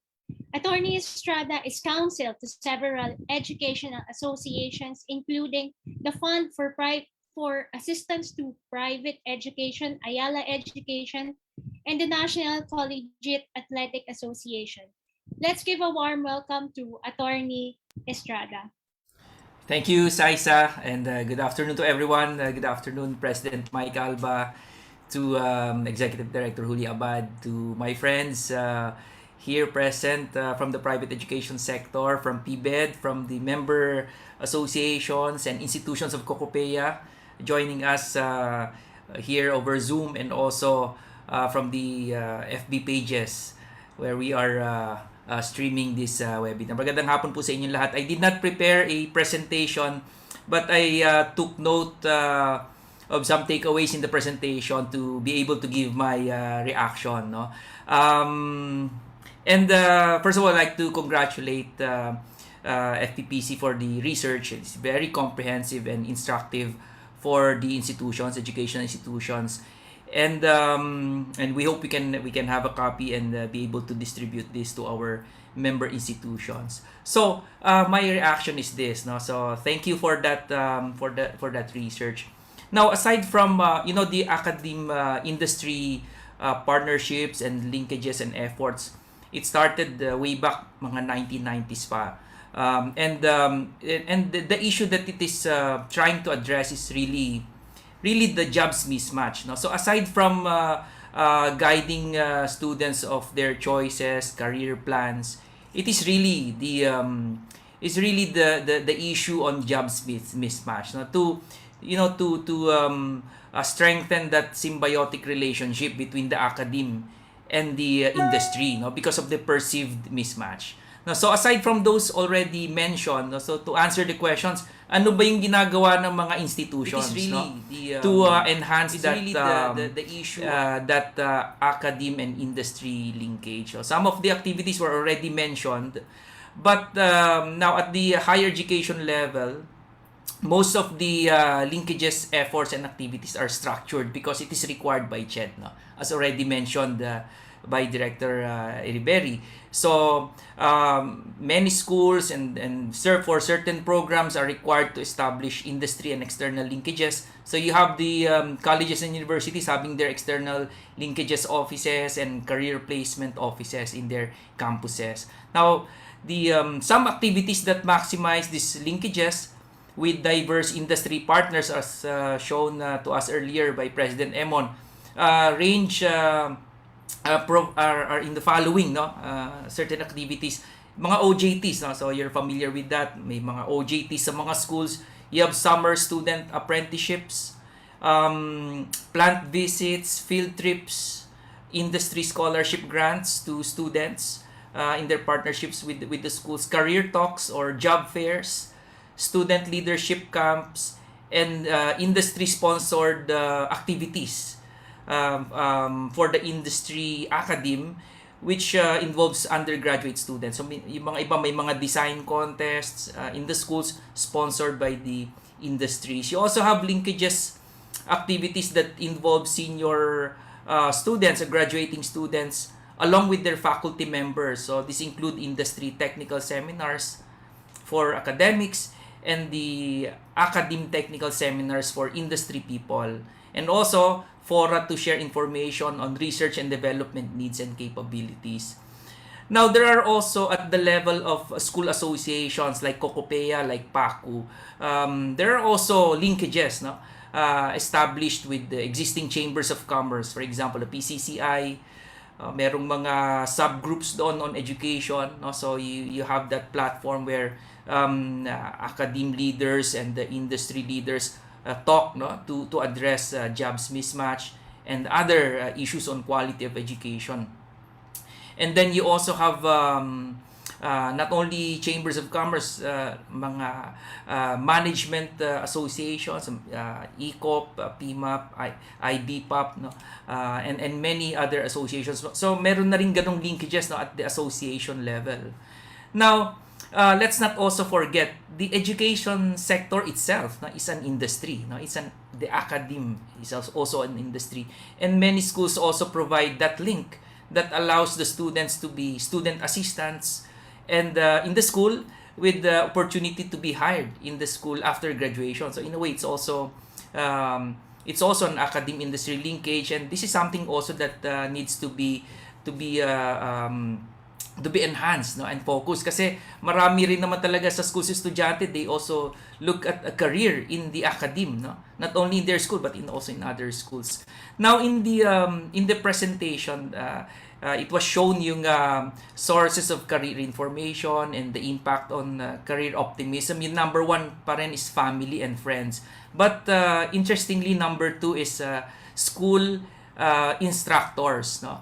And dun sa policy, I'll fast forward to the policy recommendations. Merong mga policy recommendations that enhance that yung family guiding the students, and the schools guiding the students on career choices, career optimism, and providing the career knowledge. Pero I think this is something that I also want to share, na maybe we can look at this as a policy recommendation. Kasi yung school and teacher or faculty as a source of career knowledge, no? These are separate from the school itself as an institution. Yung may mga career placement services, guidance, and counseling. Yung faculty mismo and the instructor, they are natural career counselors that impact the outlook on future employment of students as validated by the research. Number two sila, eh.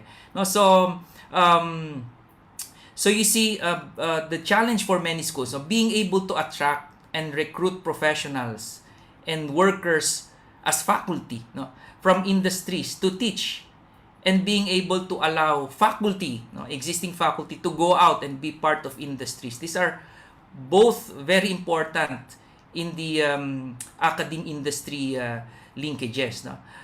But again, they remain as a challenge for many HEIs.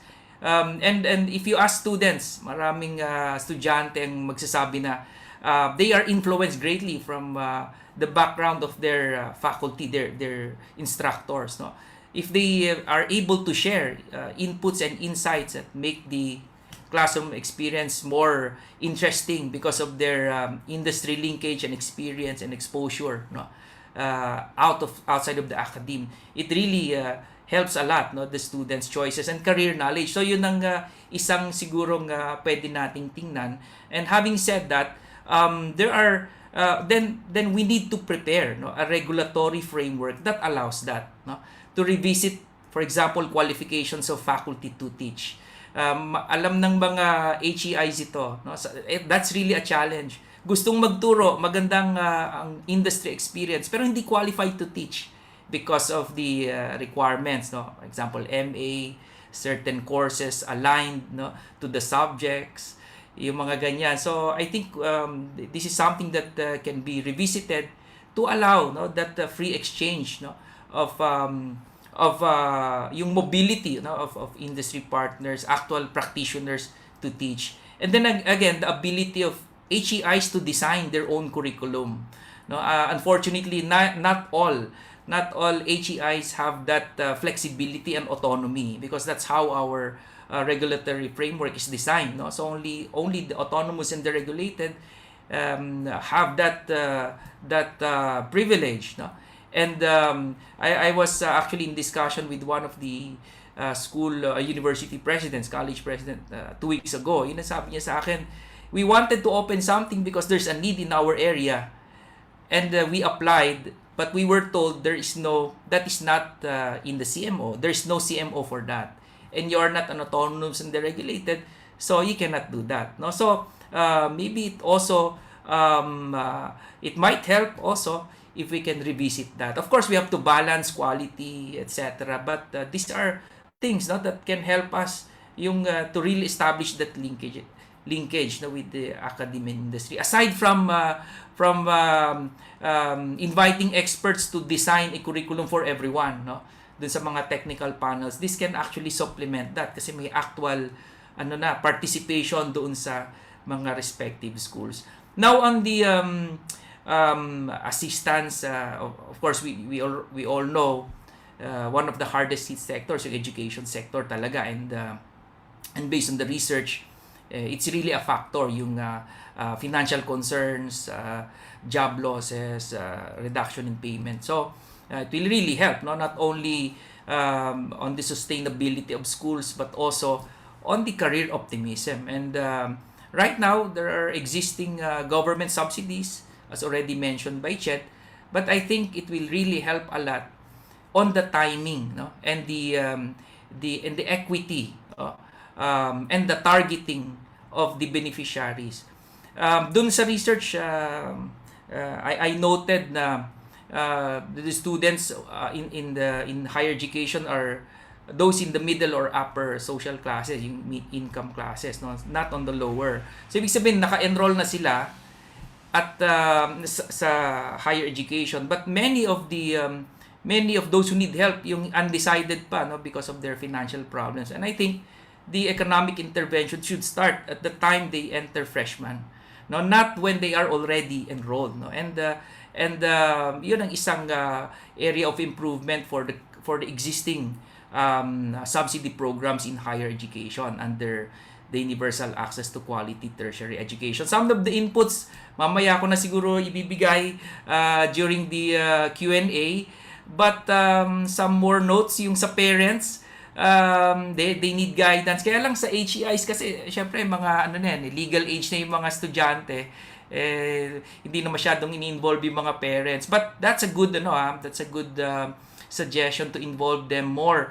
In fact, may mga schools that they invite parents to do the career talks themselves no? So that's a good area that can be explored.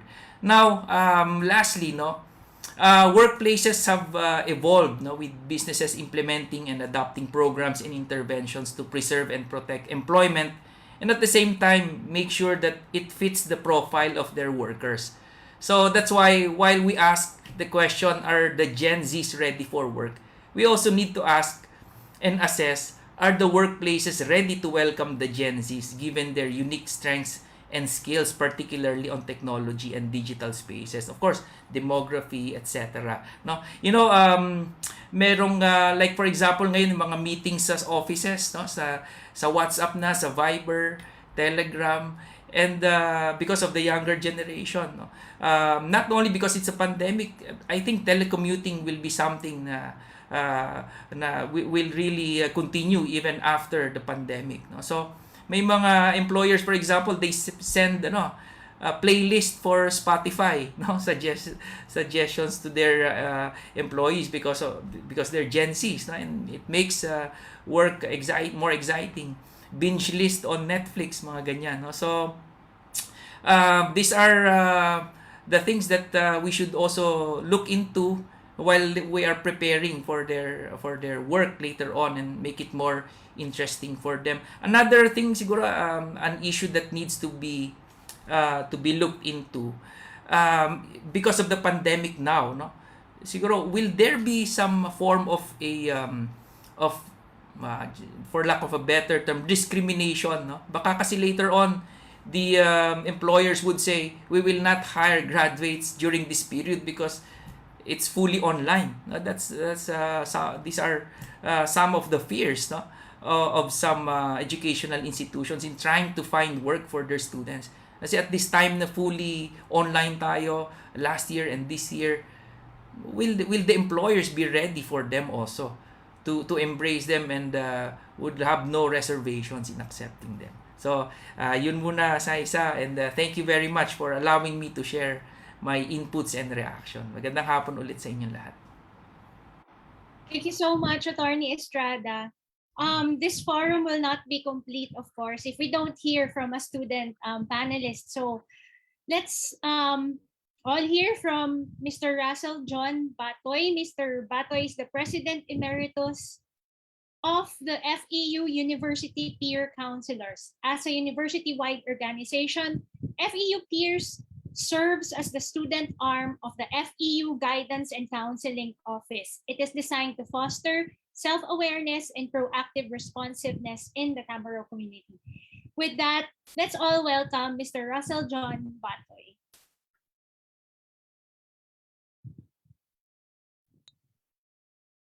Thank you, Ma'am Saiza, for that introduction. And yes, I also don't have a prepared presentation for this. I'll just be answering the question that were given to me. All right. So first, good afternoon, esteemed participants, school administrators, co-panel reactors, Assistant Secretary Tutay of DOLE, Commissioner Darilag, and Ma'am Iriberio of CHED, and Dr. Reyes of PHINMA Education, and Attorney Estrada of COCOPEA. Of course, Dr. Michael Alba, our President FEU, and our Executive Director for FEU Public Policy Center, Ms. Julia Abad, and my fellow youth, of course. I am Russell John Batoy, the former president of the FEU Peers, and also the former president of the Philippine Guidance Counseling Association Peer Organization of the Philippines. And today, I represent the youth sector. Well, just to give you a brief background lang of what we do in the FEU Peers, our organization serves as the student arm of the FEU Guidance and Counseling Office, designed to foster self-awareness and proactive responsiveness in our community, in the Tamaraw community. So to answer the questions, what my experiences accessing the career information platforms and programs in my school. Well, in my university, FEU, our Guidance and Counseling Office, and the Career and Placement Office, or CAPO, work hand in hand in providing career assessments, career guidance, and platforms that help our students become future ready through various platforms like and also linkages, partnerships, and collaborations with industry partners. We are being immersed in exposed to career development programs. I have learned about these programs because of our intensive information dissemination system in our school.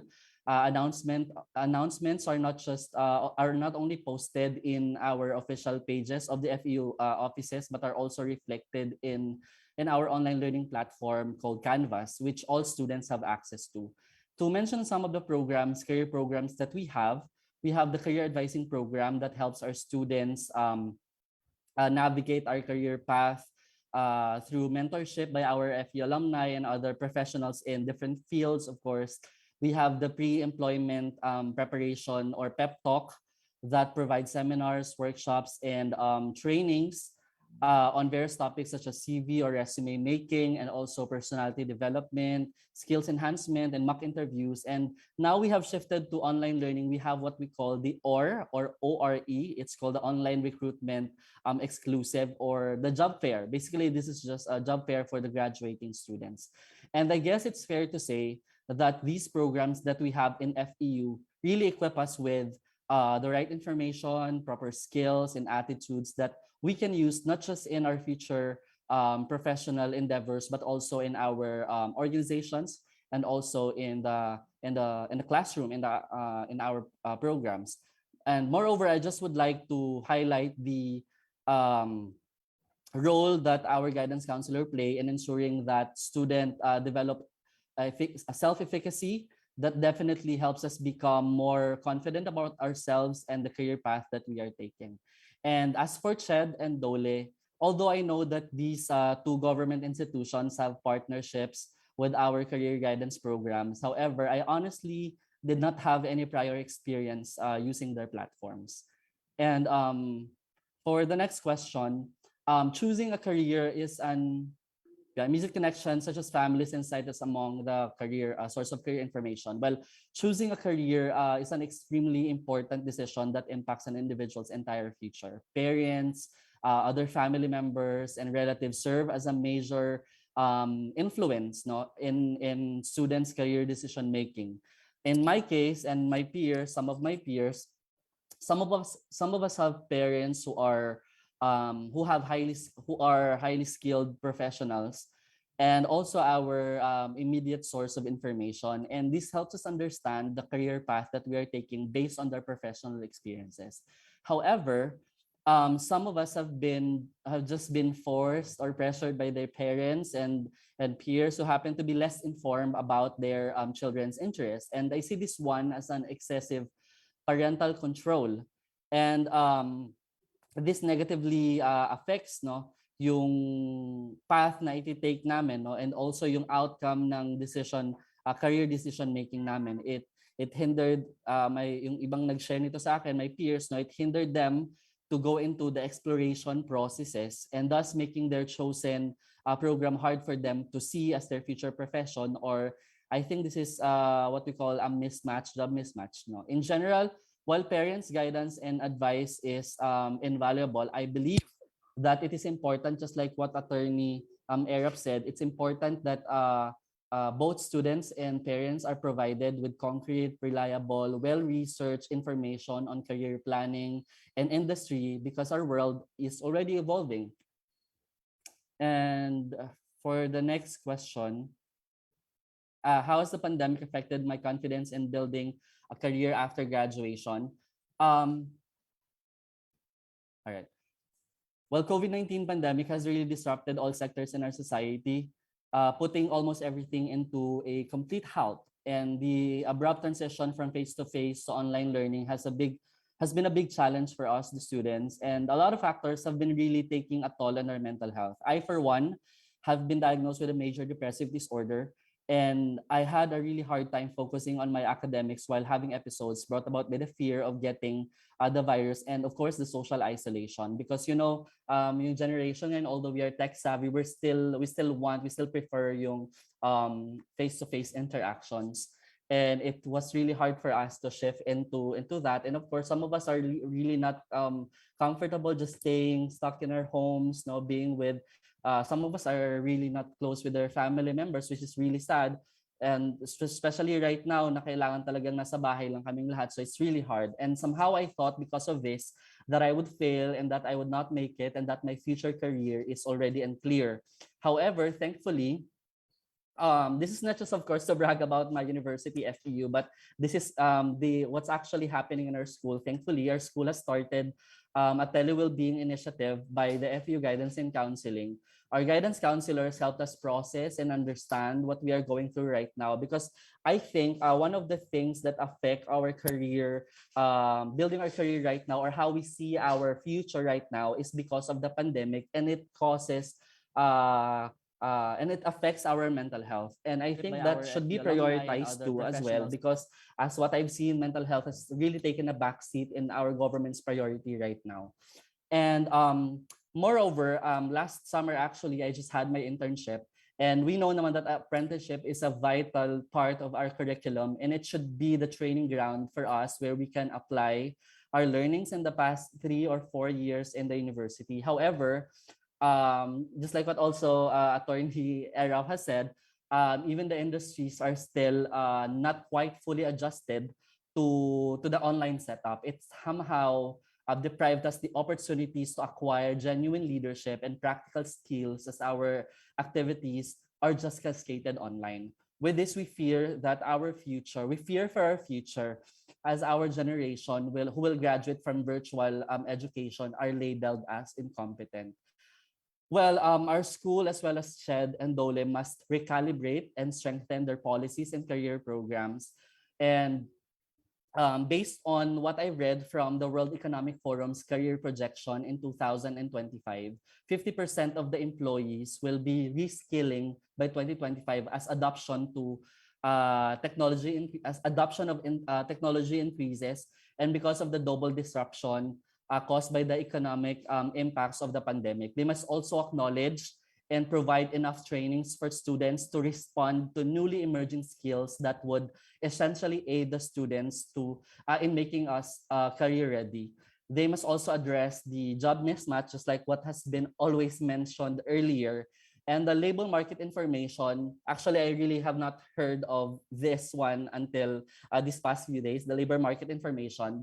But this also must reach the students as early as high school for us to have better assessment of our career paths. No, hindi lang siya sa college, kasi most of the college students, just like what they say, na nasa legal age na. So some of us really have the ability na to research on what we do, but I think that's too late, because mag-enroll na sila and wala na sila halos time to shift. No, not everyone has the means, no, and the opportunities to shift sa course na gusto nila kapag naka-enroll na sila, because of course of the financial problems. No, schools, of course, with the guidance of CHED and the support of DOLE, must ensure that the programs mentioned earlier, I've been hearing a lot of programs, actually, it can be searched online, but I hope that these policies are actually being implemented on ground and are actually felt by the students.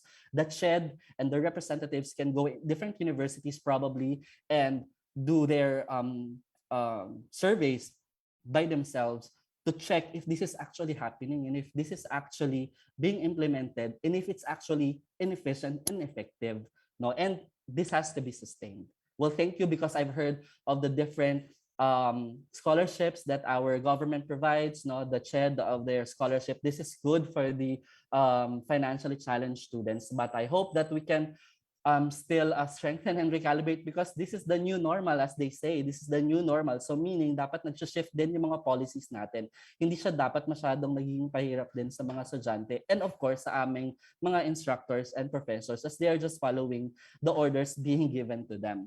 So I call for our government to invest more in education, in mental health, and in health in general, if we really want our current generations to reach their full potential, as we are the future and are the catalyst for progressive change, then no student must be left behind.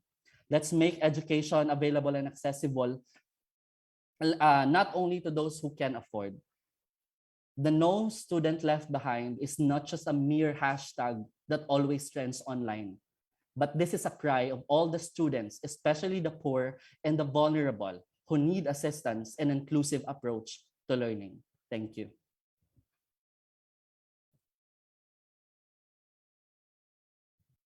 Thank you very much, Russell, for that energy as well as your passion in sharing some of your insights. At this point, our participants and viewers on the live stream may have some questions and some insights as well from Dr. Ipetia's presentation, as well as the um, reactions from our panelists. We now open the virtual floor for answers and insights from you. Please use the raise hand function if you wish to speak. Feel free also to enter your questions in the Q&A box. Our speakers and reactors will be happy to take and answer them. We repeat, please type in your questions in the Q&A box and not in the chat box so we can see which questions come in first. Given the time we have today, we will entertain as many questions as we can on the first come, first serve basis. But just to jumpstart the discussion, may I call on Asek Nikki Tutay again, just to expound a bit more on some of the topics that she didn't get to answer earlier when she gave her reaction. Can you Okay, please share the thank- slide with the questions? Thank you, Saisa.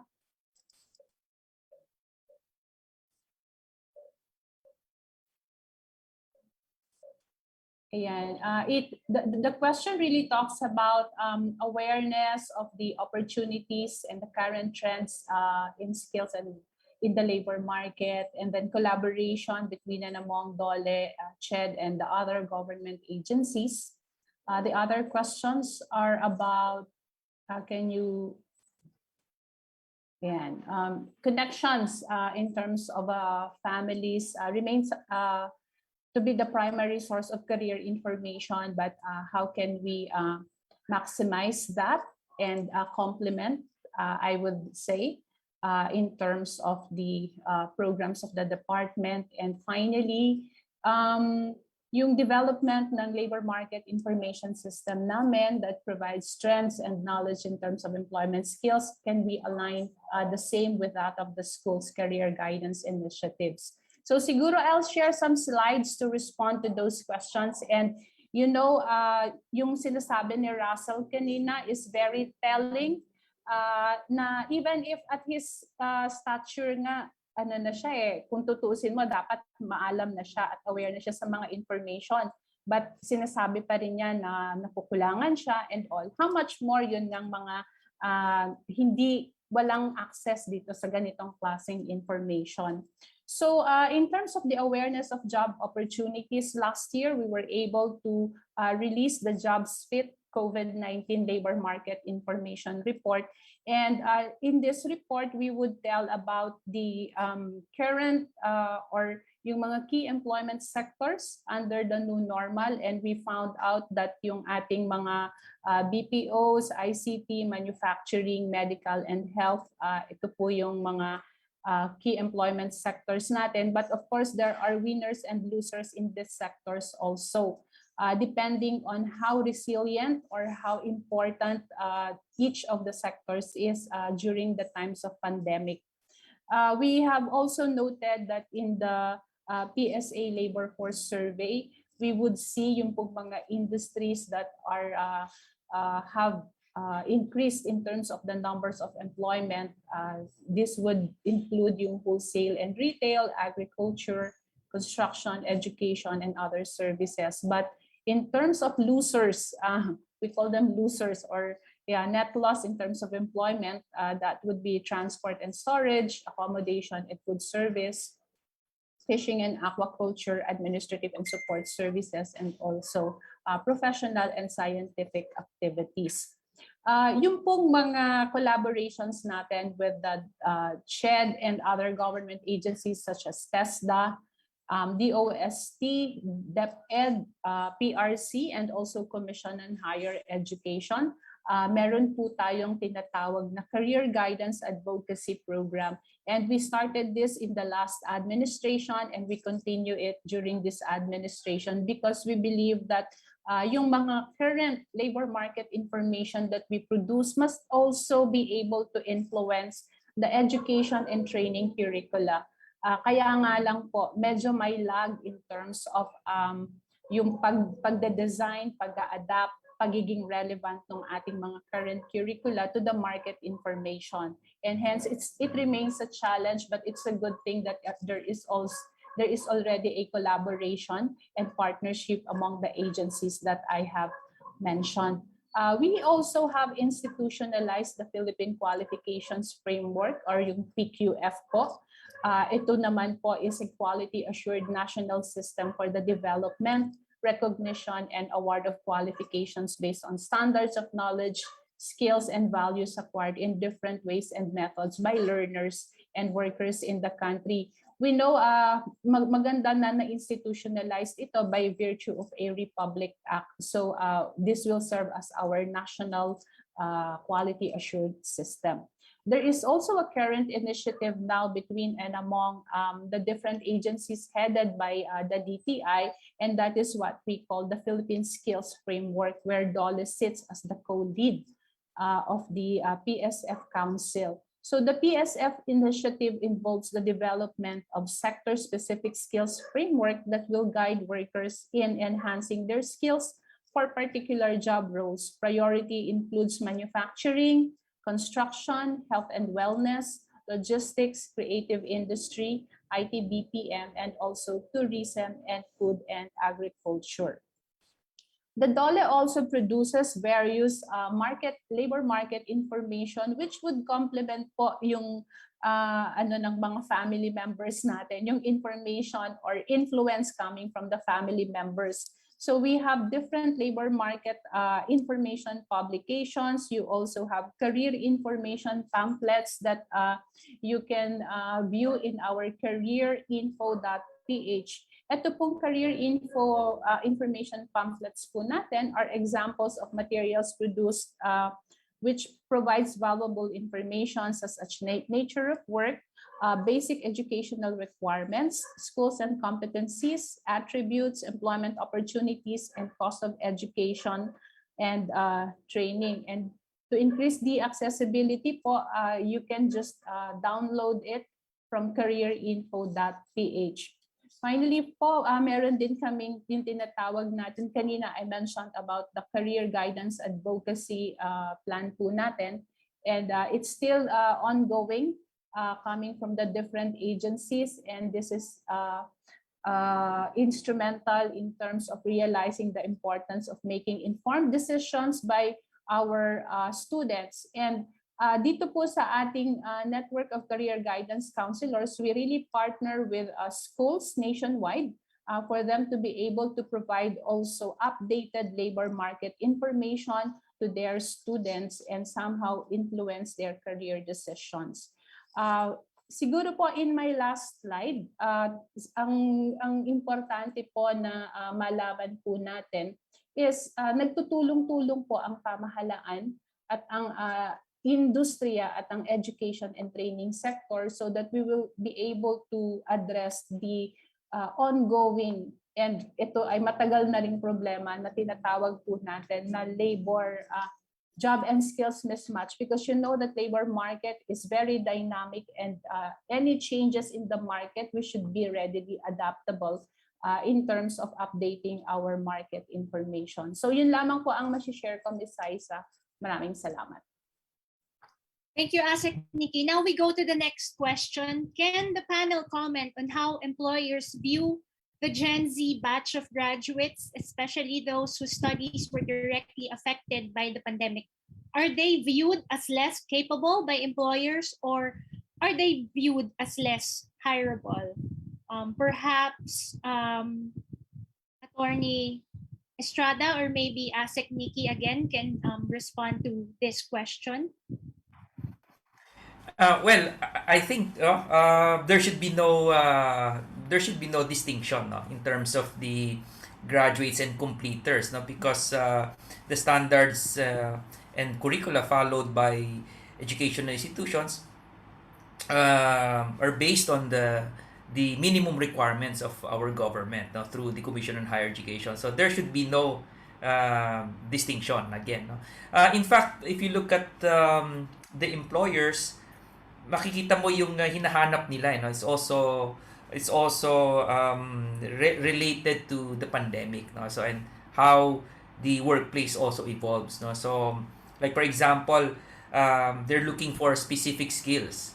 Like for example, yung math, financial literacy, no, functional math, digital literacy, no? So sama mo na yung other aspects, no, like integrity, no, yung ng student, and also stress tolerance, no. These are the some of the things being looked for by employers. So I think they're addressing specific need and not really looking at the deficiencies brought about by the pandemic. But I also asked that question kanina because that is also the fear of many schools, no. If we continue to do everything online, and this question actually came about when we were talking about internships, no, in immersion programs. Kasi sinasabi namin, how can we do immersion programs and OJT if we do it online and actual work experience? It might affect their employment, not only their qualification to take the exams.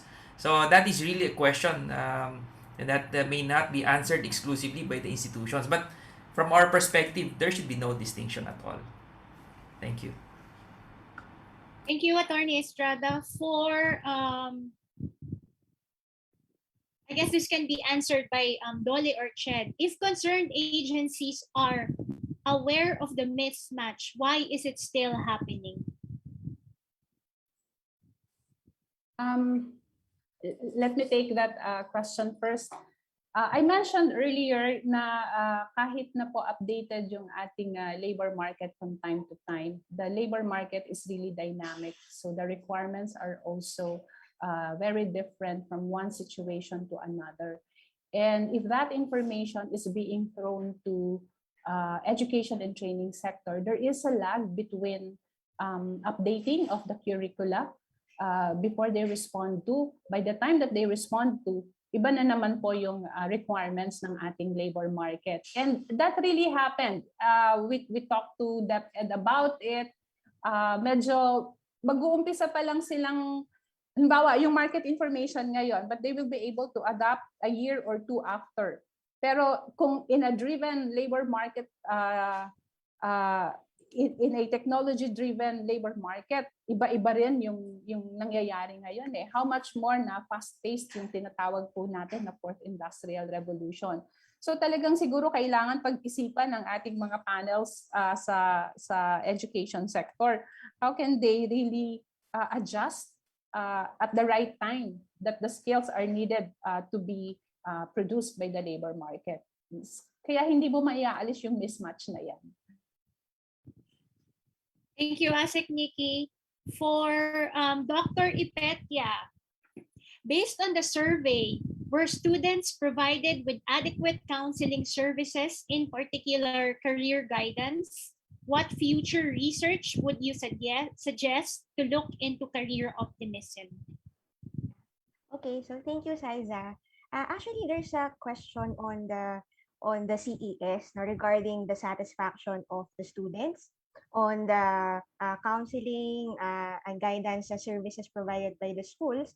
And what's interesting there is that more than 50% of the respondents across cohorts said that that their satisfaction is just good. No, so there's this room for improvement, no, for the schools when it comes to the provision of the services, as the parang perspective from the students are making it more beneficial for them. In terms of what can be done for future research, so i-relate natin dun sa question on satisfaction on these services. Yung sa questionnaire kasi, it's an umbrella thing, like how do you, parang your satisfaction with the counseling, so parang very general. So it might be helpful to ask the students directly ano yung particular na, a particular na services that they find useful or something like that, so that the schools themselves would know what areas they can improve on in terms of the provision of these services. And then there's this finding in the study on gender differences and regional differences when it comes to career optimism. So magandang mahimay siya, I think, no, in the future.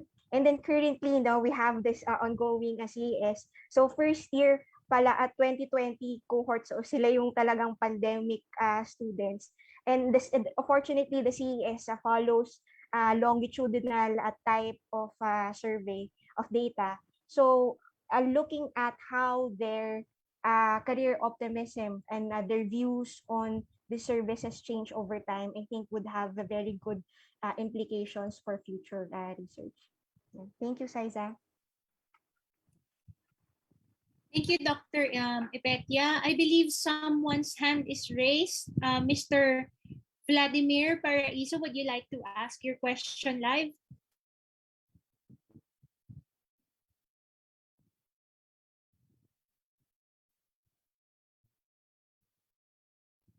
Hello?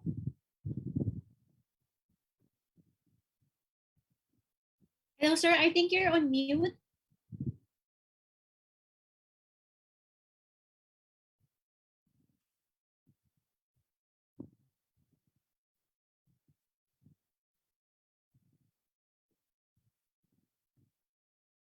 Napindot lang daw sa isa. Okay. Sa chat. Okay, so we have another question in the Q&A board from as a grade 12 senior high school teacher, I noticed that students are not guided in terms of strand choices when they reach senior high school. Mostly results of NCAE are disregarded by students and choose a strand based on peers' influence and not necessarily on inclinations and future exit courses. How can we strengthen the system in the secondary education on this concern? Anyone from the panel can perhaps respond to this related question?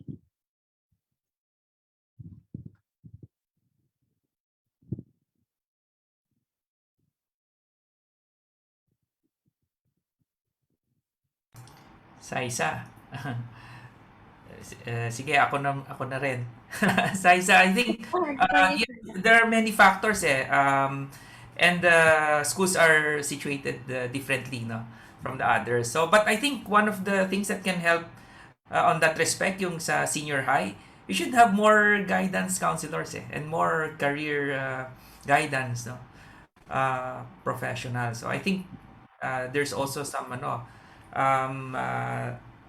shortage also of guidance counselors, qualified career and guidance counselors in basic education, given the number, no. So I think it will help, no, if we will have more. So let's look into that, yung bakit ba konti yung guidance counselors natin, and how we can also attract more, no, to be guidance counselors also. Thank you. Thank you, Attorney Estrada. There's another related question on senior high schools. Are there any job opportunities that government provides for those who complete grade 10 but who could not continue in senior high school because of some financial difficulties, especially during this time of crisis? Perhaps Ched can respond to this. Is Director Iriberry still with us? Yeah, Liza, still here. Yes, However, ma'am. baka it's more appropriate for DOLE. Kasi the question is about job opportunities for grade 10 completers. Sige. I will respond to that, Ms. Saisa. Thank you po, Ma'am Iriberry. Kung titingnan niyo po sa government, meron pa rin po tayong mga entry-level positions which would require not really a college level or college graduates, but you really have to pass the civil service exam because that's your eligibility before you can even join the government service. Kung gugustuhin niyo po na earn ng skills, you can take our government internship program. It's 3 to 6 months internship in various government agencies. And that's where we also look for potential talents. Actually, yung iba po natin na mga government interns have found permanent employment in the government. But as I've said, you have to pass the civil service eligibility requirement. In terms of opportunities naman sa private sector, meron din naman po na mga companies na ang kanilang qualification ay high school level. So depending on the type of vacancies or opportunities in the market, of course, pwede pong makipag-compete ang ating mga high school graduates po. Thank you. Thank you, Asek Nikki. There's also a question about motivating Gen Zs in the workplace. So this is from Ms. Tessie Retuya. Good afternoon. Question po, what interventions would you suggest to motivate the Gen Z in the workplace? Perhaps Russell can take this question.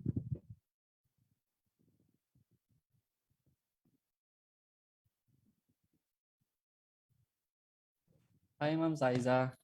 Well, yeah, I think nakita ko yung question kanina, and then I really would answer na since I think this generation, Generation Z is very much inclined to technologies. I think employers also can make sure that yung skills na meron sila ngayon, na meron kami ngayon, are being utilized in the workplace because I think like for example, and also not just that only, actually what we've experienced during the apprenticeship program is that I am a psychology student, and then when I had my internship outside, I was asked to do, it's a clinical internship, I was asked to do a publicity material, and I don't think that's something that would really motivate me to do my work and also provide me skills that I can use now for my future profession.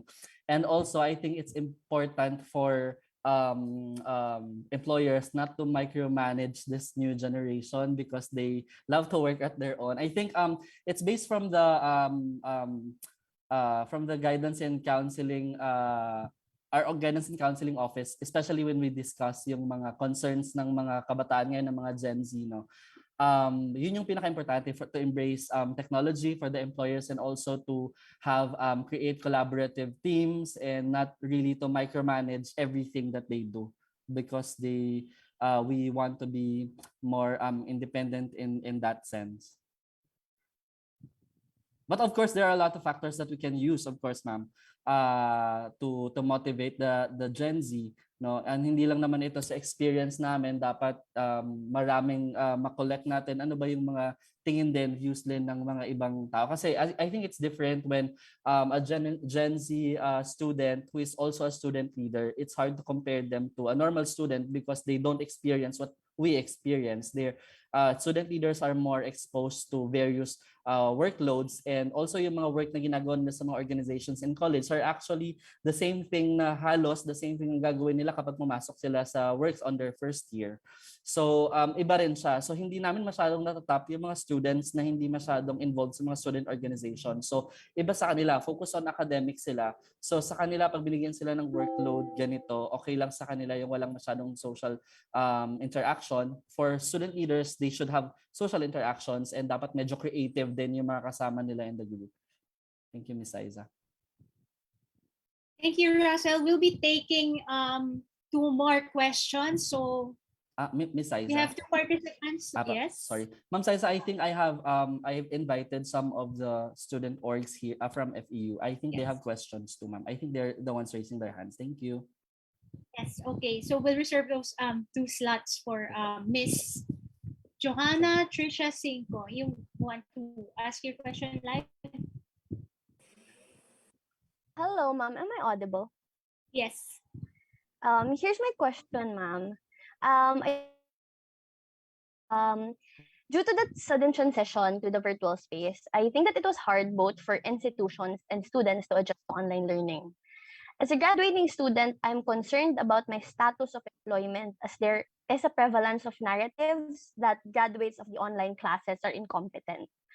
in line with this, I want to know that do you think that it would be possible for DOLE, for example, to institutionalize policies against discrimination towards online school graduates?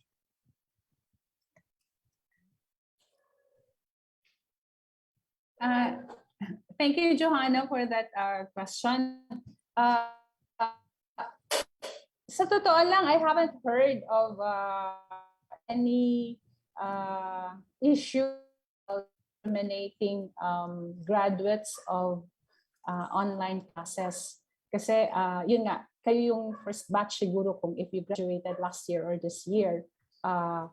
What is important is that you will be able to hurdle yung hiring process. It's kind of tedious, but you really have to look into the qualification standards and the tasks that are expected of the applicants for job positions that you are applying for. And you have to understand that and of course be ready to compete because the labor market is very tight nowadays, given that a lot of job seekers are also those who have experience already in the past and have been displaced, as opposed to new graduates. But maybe you can highlight some of the skills, particularly the digital skills that you possess over the other candidates, because that is one of the important skills that's being demanded by some of the industries at the moment.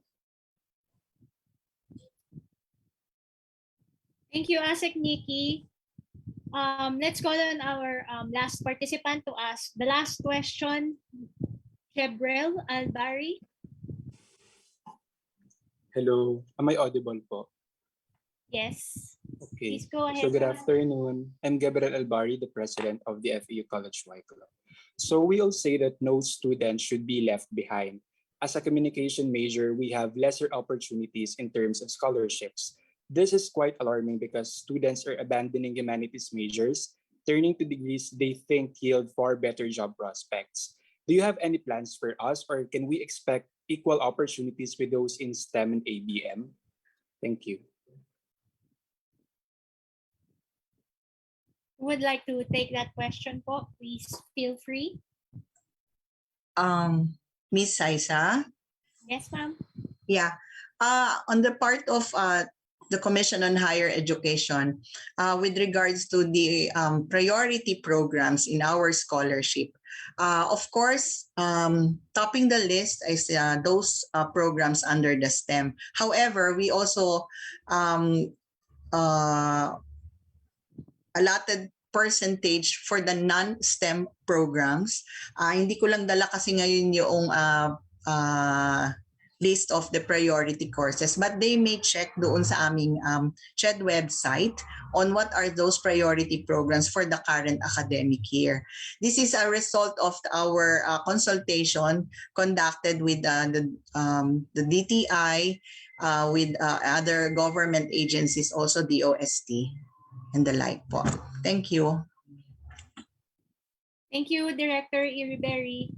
And thank you everyone for your participation in this forum. Thank you for staying with us for the past 2 hours discussing career optimism and what the prospects are for students, especially given this pandemic situation that we're in.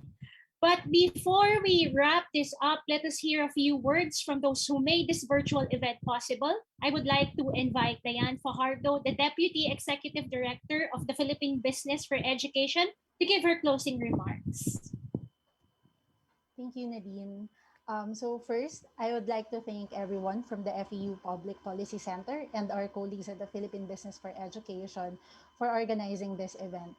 To our panel reactors and all present in this event, thank you for taking the time to witness the presentation of the study and also engaging with questions and recommendations. So, determining the factors that influence the career optimism of Gen-Z Filipino College students is a very important and timely discussion, especially now that everyone is expected to quickly adapt to all of these changes. But even before they graduate, unemployment is already high among the youth at 14.5%, while employers find it difficult to hire employees with the right skills. But truly, the job skills mismatch continues to hinder our efforts towards opening opportunities for our youth to become more productive so that they can help improve the economic situation of their families. And after hearing the presentation, we found out that one key factor is support to access opportunities and information. We at PHINMAeD believe that the youth has an important role in nation building. This is why we continue to push and advocate for policy reforms that would prioritize their welfare and give them opportunities. With the findings presented this afternoon, we would like to encourage our stakeholders to believe and invest in the untapped potential of the youth. Because now, more than ever, we see the youth's willingness to learn more and participate actively as the next movers of our country. Given the right tools and access to opportunities, the youth will act and make the most out of these opportunities. And as beneficiaries of good education governance, they should also be our biggest partners in education governance. By giving importance to career guidance programs, either through academic institutions or government offices such as DOLE and PESO centers, we can effectively help bridge our youth to employment opportunities that link their interests, skills, and academic disciplines to the current industry demands and to the right path that they ought to take. And through the collaboration among our key partners in the government, private sector, civil society, and academic institutions, we believe that we can further our efforts to see the Filipino youth's future improve. Muli, maraming salamat at magandang hapon sa inyong lahat. Thank you very much, Ms. Fajardo. So to formally put this forum to a close, I would like to invite Ms. Julia Andrea R. Abad, Executive Director of the FEU Public Policy Center, for a few final words. Thank you, Sai. We live in rapidly evolving times characterized by constant change and uncertainty. Adaptability, resilience, creativity, innovation, and the ability to collaborate are characteristics we often hear as essential in the workforce of the future. On top of these, today's discussion also highlights as well the importance of access to credible and relevant information to guide decisions related to career pathways. On behalf of my colleagues and our trustees at the FEU Public Policy Center, we would like to thank our panelists, Dr. Tina Epetia, Dr. Emon Reyes, Attorney Joseph Estrada, Assistant Secretary Nikki Tutay, Director Marivic Iriberi, and Mr. Russell Batoy, as well as our moderator, Ms. Saisa Susara, for making time to lead today's thought-provoking discussion. As notably pointed out earlier, there's a real need to strengthen and make more vibrant the link between our classrooms and the real world. We hope that together, we can continue to find ways to continuously identify students' main sources of influence, as well as to help them find creative ways to connect and regularly engage with up-to-date and credible sources of information, such as industry and business associations, as well as the relevant government agencies. Thank you as well to our partners from YouthWorks, the Philippine Business for Education, and the United States Agency for International Development for this opportunity to engage all of you today. We hope that this will be a continuing discussion towards ensuring that our young people are fully equipped to make informed decisions on the pathways to work that they will eventually choose to embark on. Thank you again, and good day to all of you. Thank you very much, Julia. And on behalf of the FEU Public Policy Center, our fondest gratitude to all our participants, viewers on social media, and most of all, our panel of reactors, ASEC Nikki Tutay, Director Iriberi, Dr. Emon Reyes, who already disconnected, Attorney Estrada, Russell, and of course, the author of this study, Dr. Ipetia, for sharing your expertise and valuable insights on ensuring career optimism with all of us here. Thank you as well to everyone who posted their questions and to our panelists who responded to them. That concludes today's Policy Forum. Thank you very much for your time and participation. Stay safe and until our next virtual forum with you. Bye. Thank you.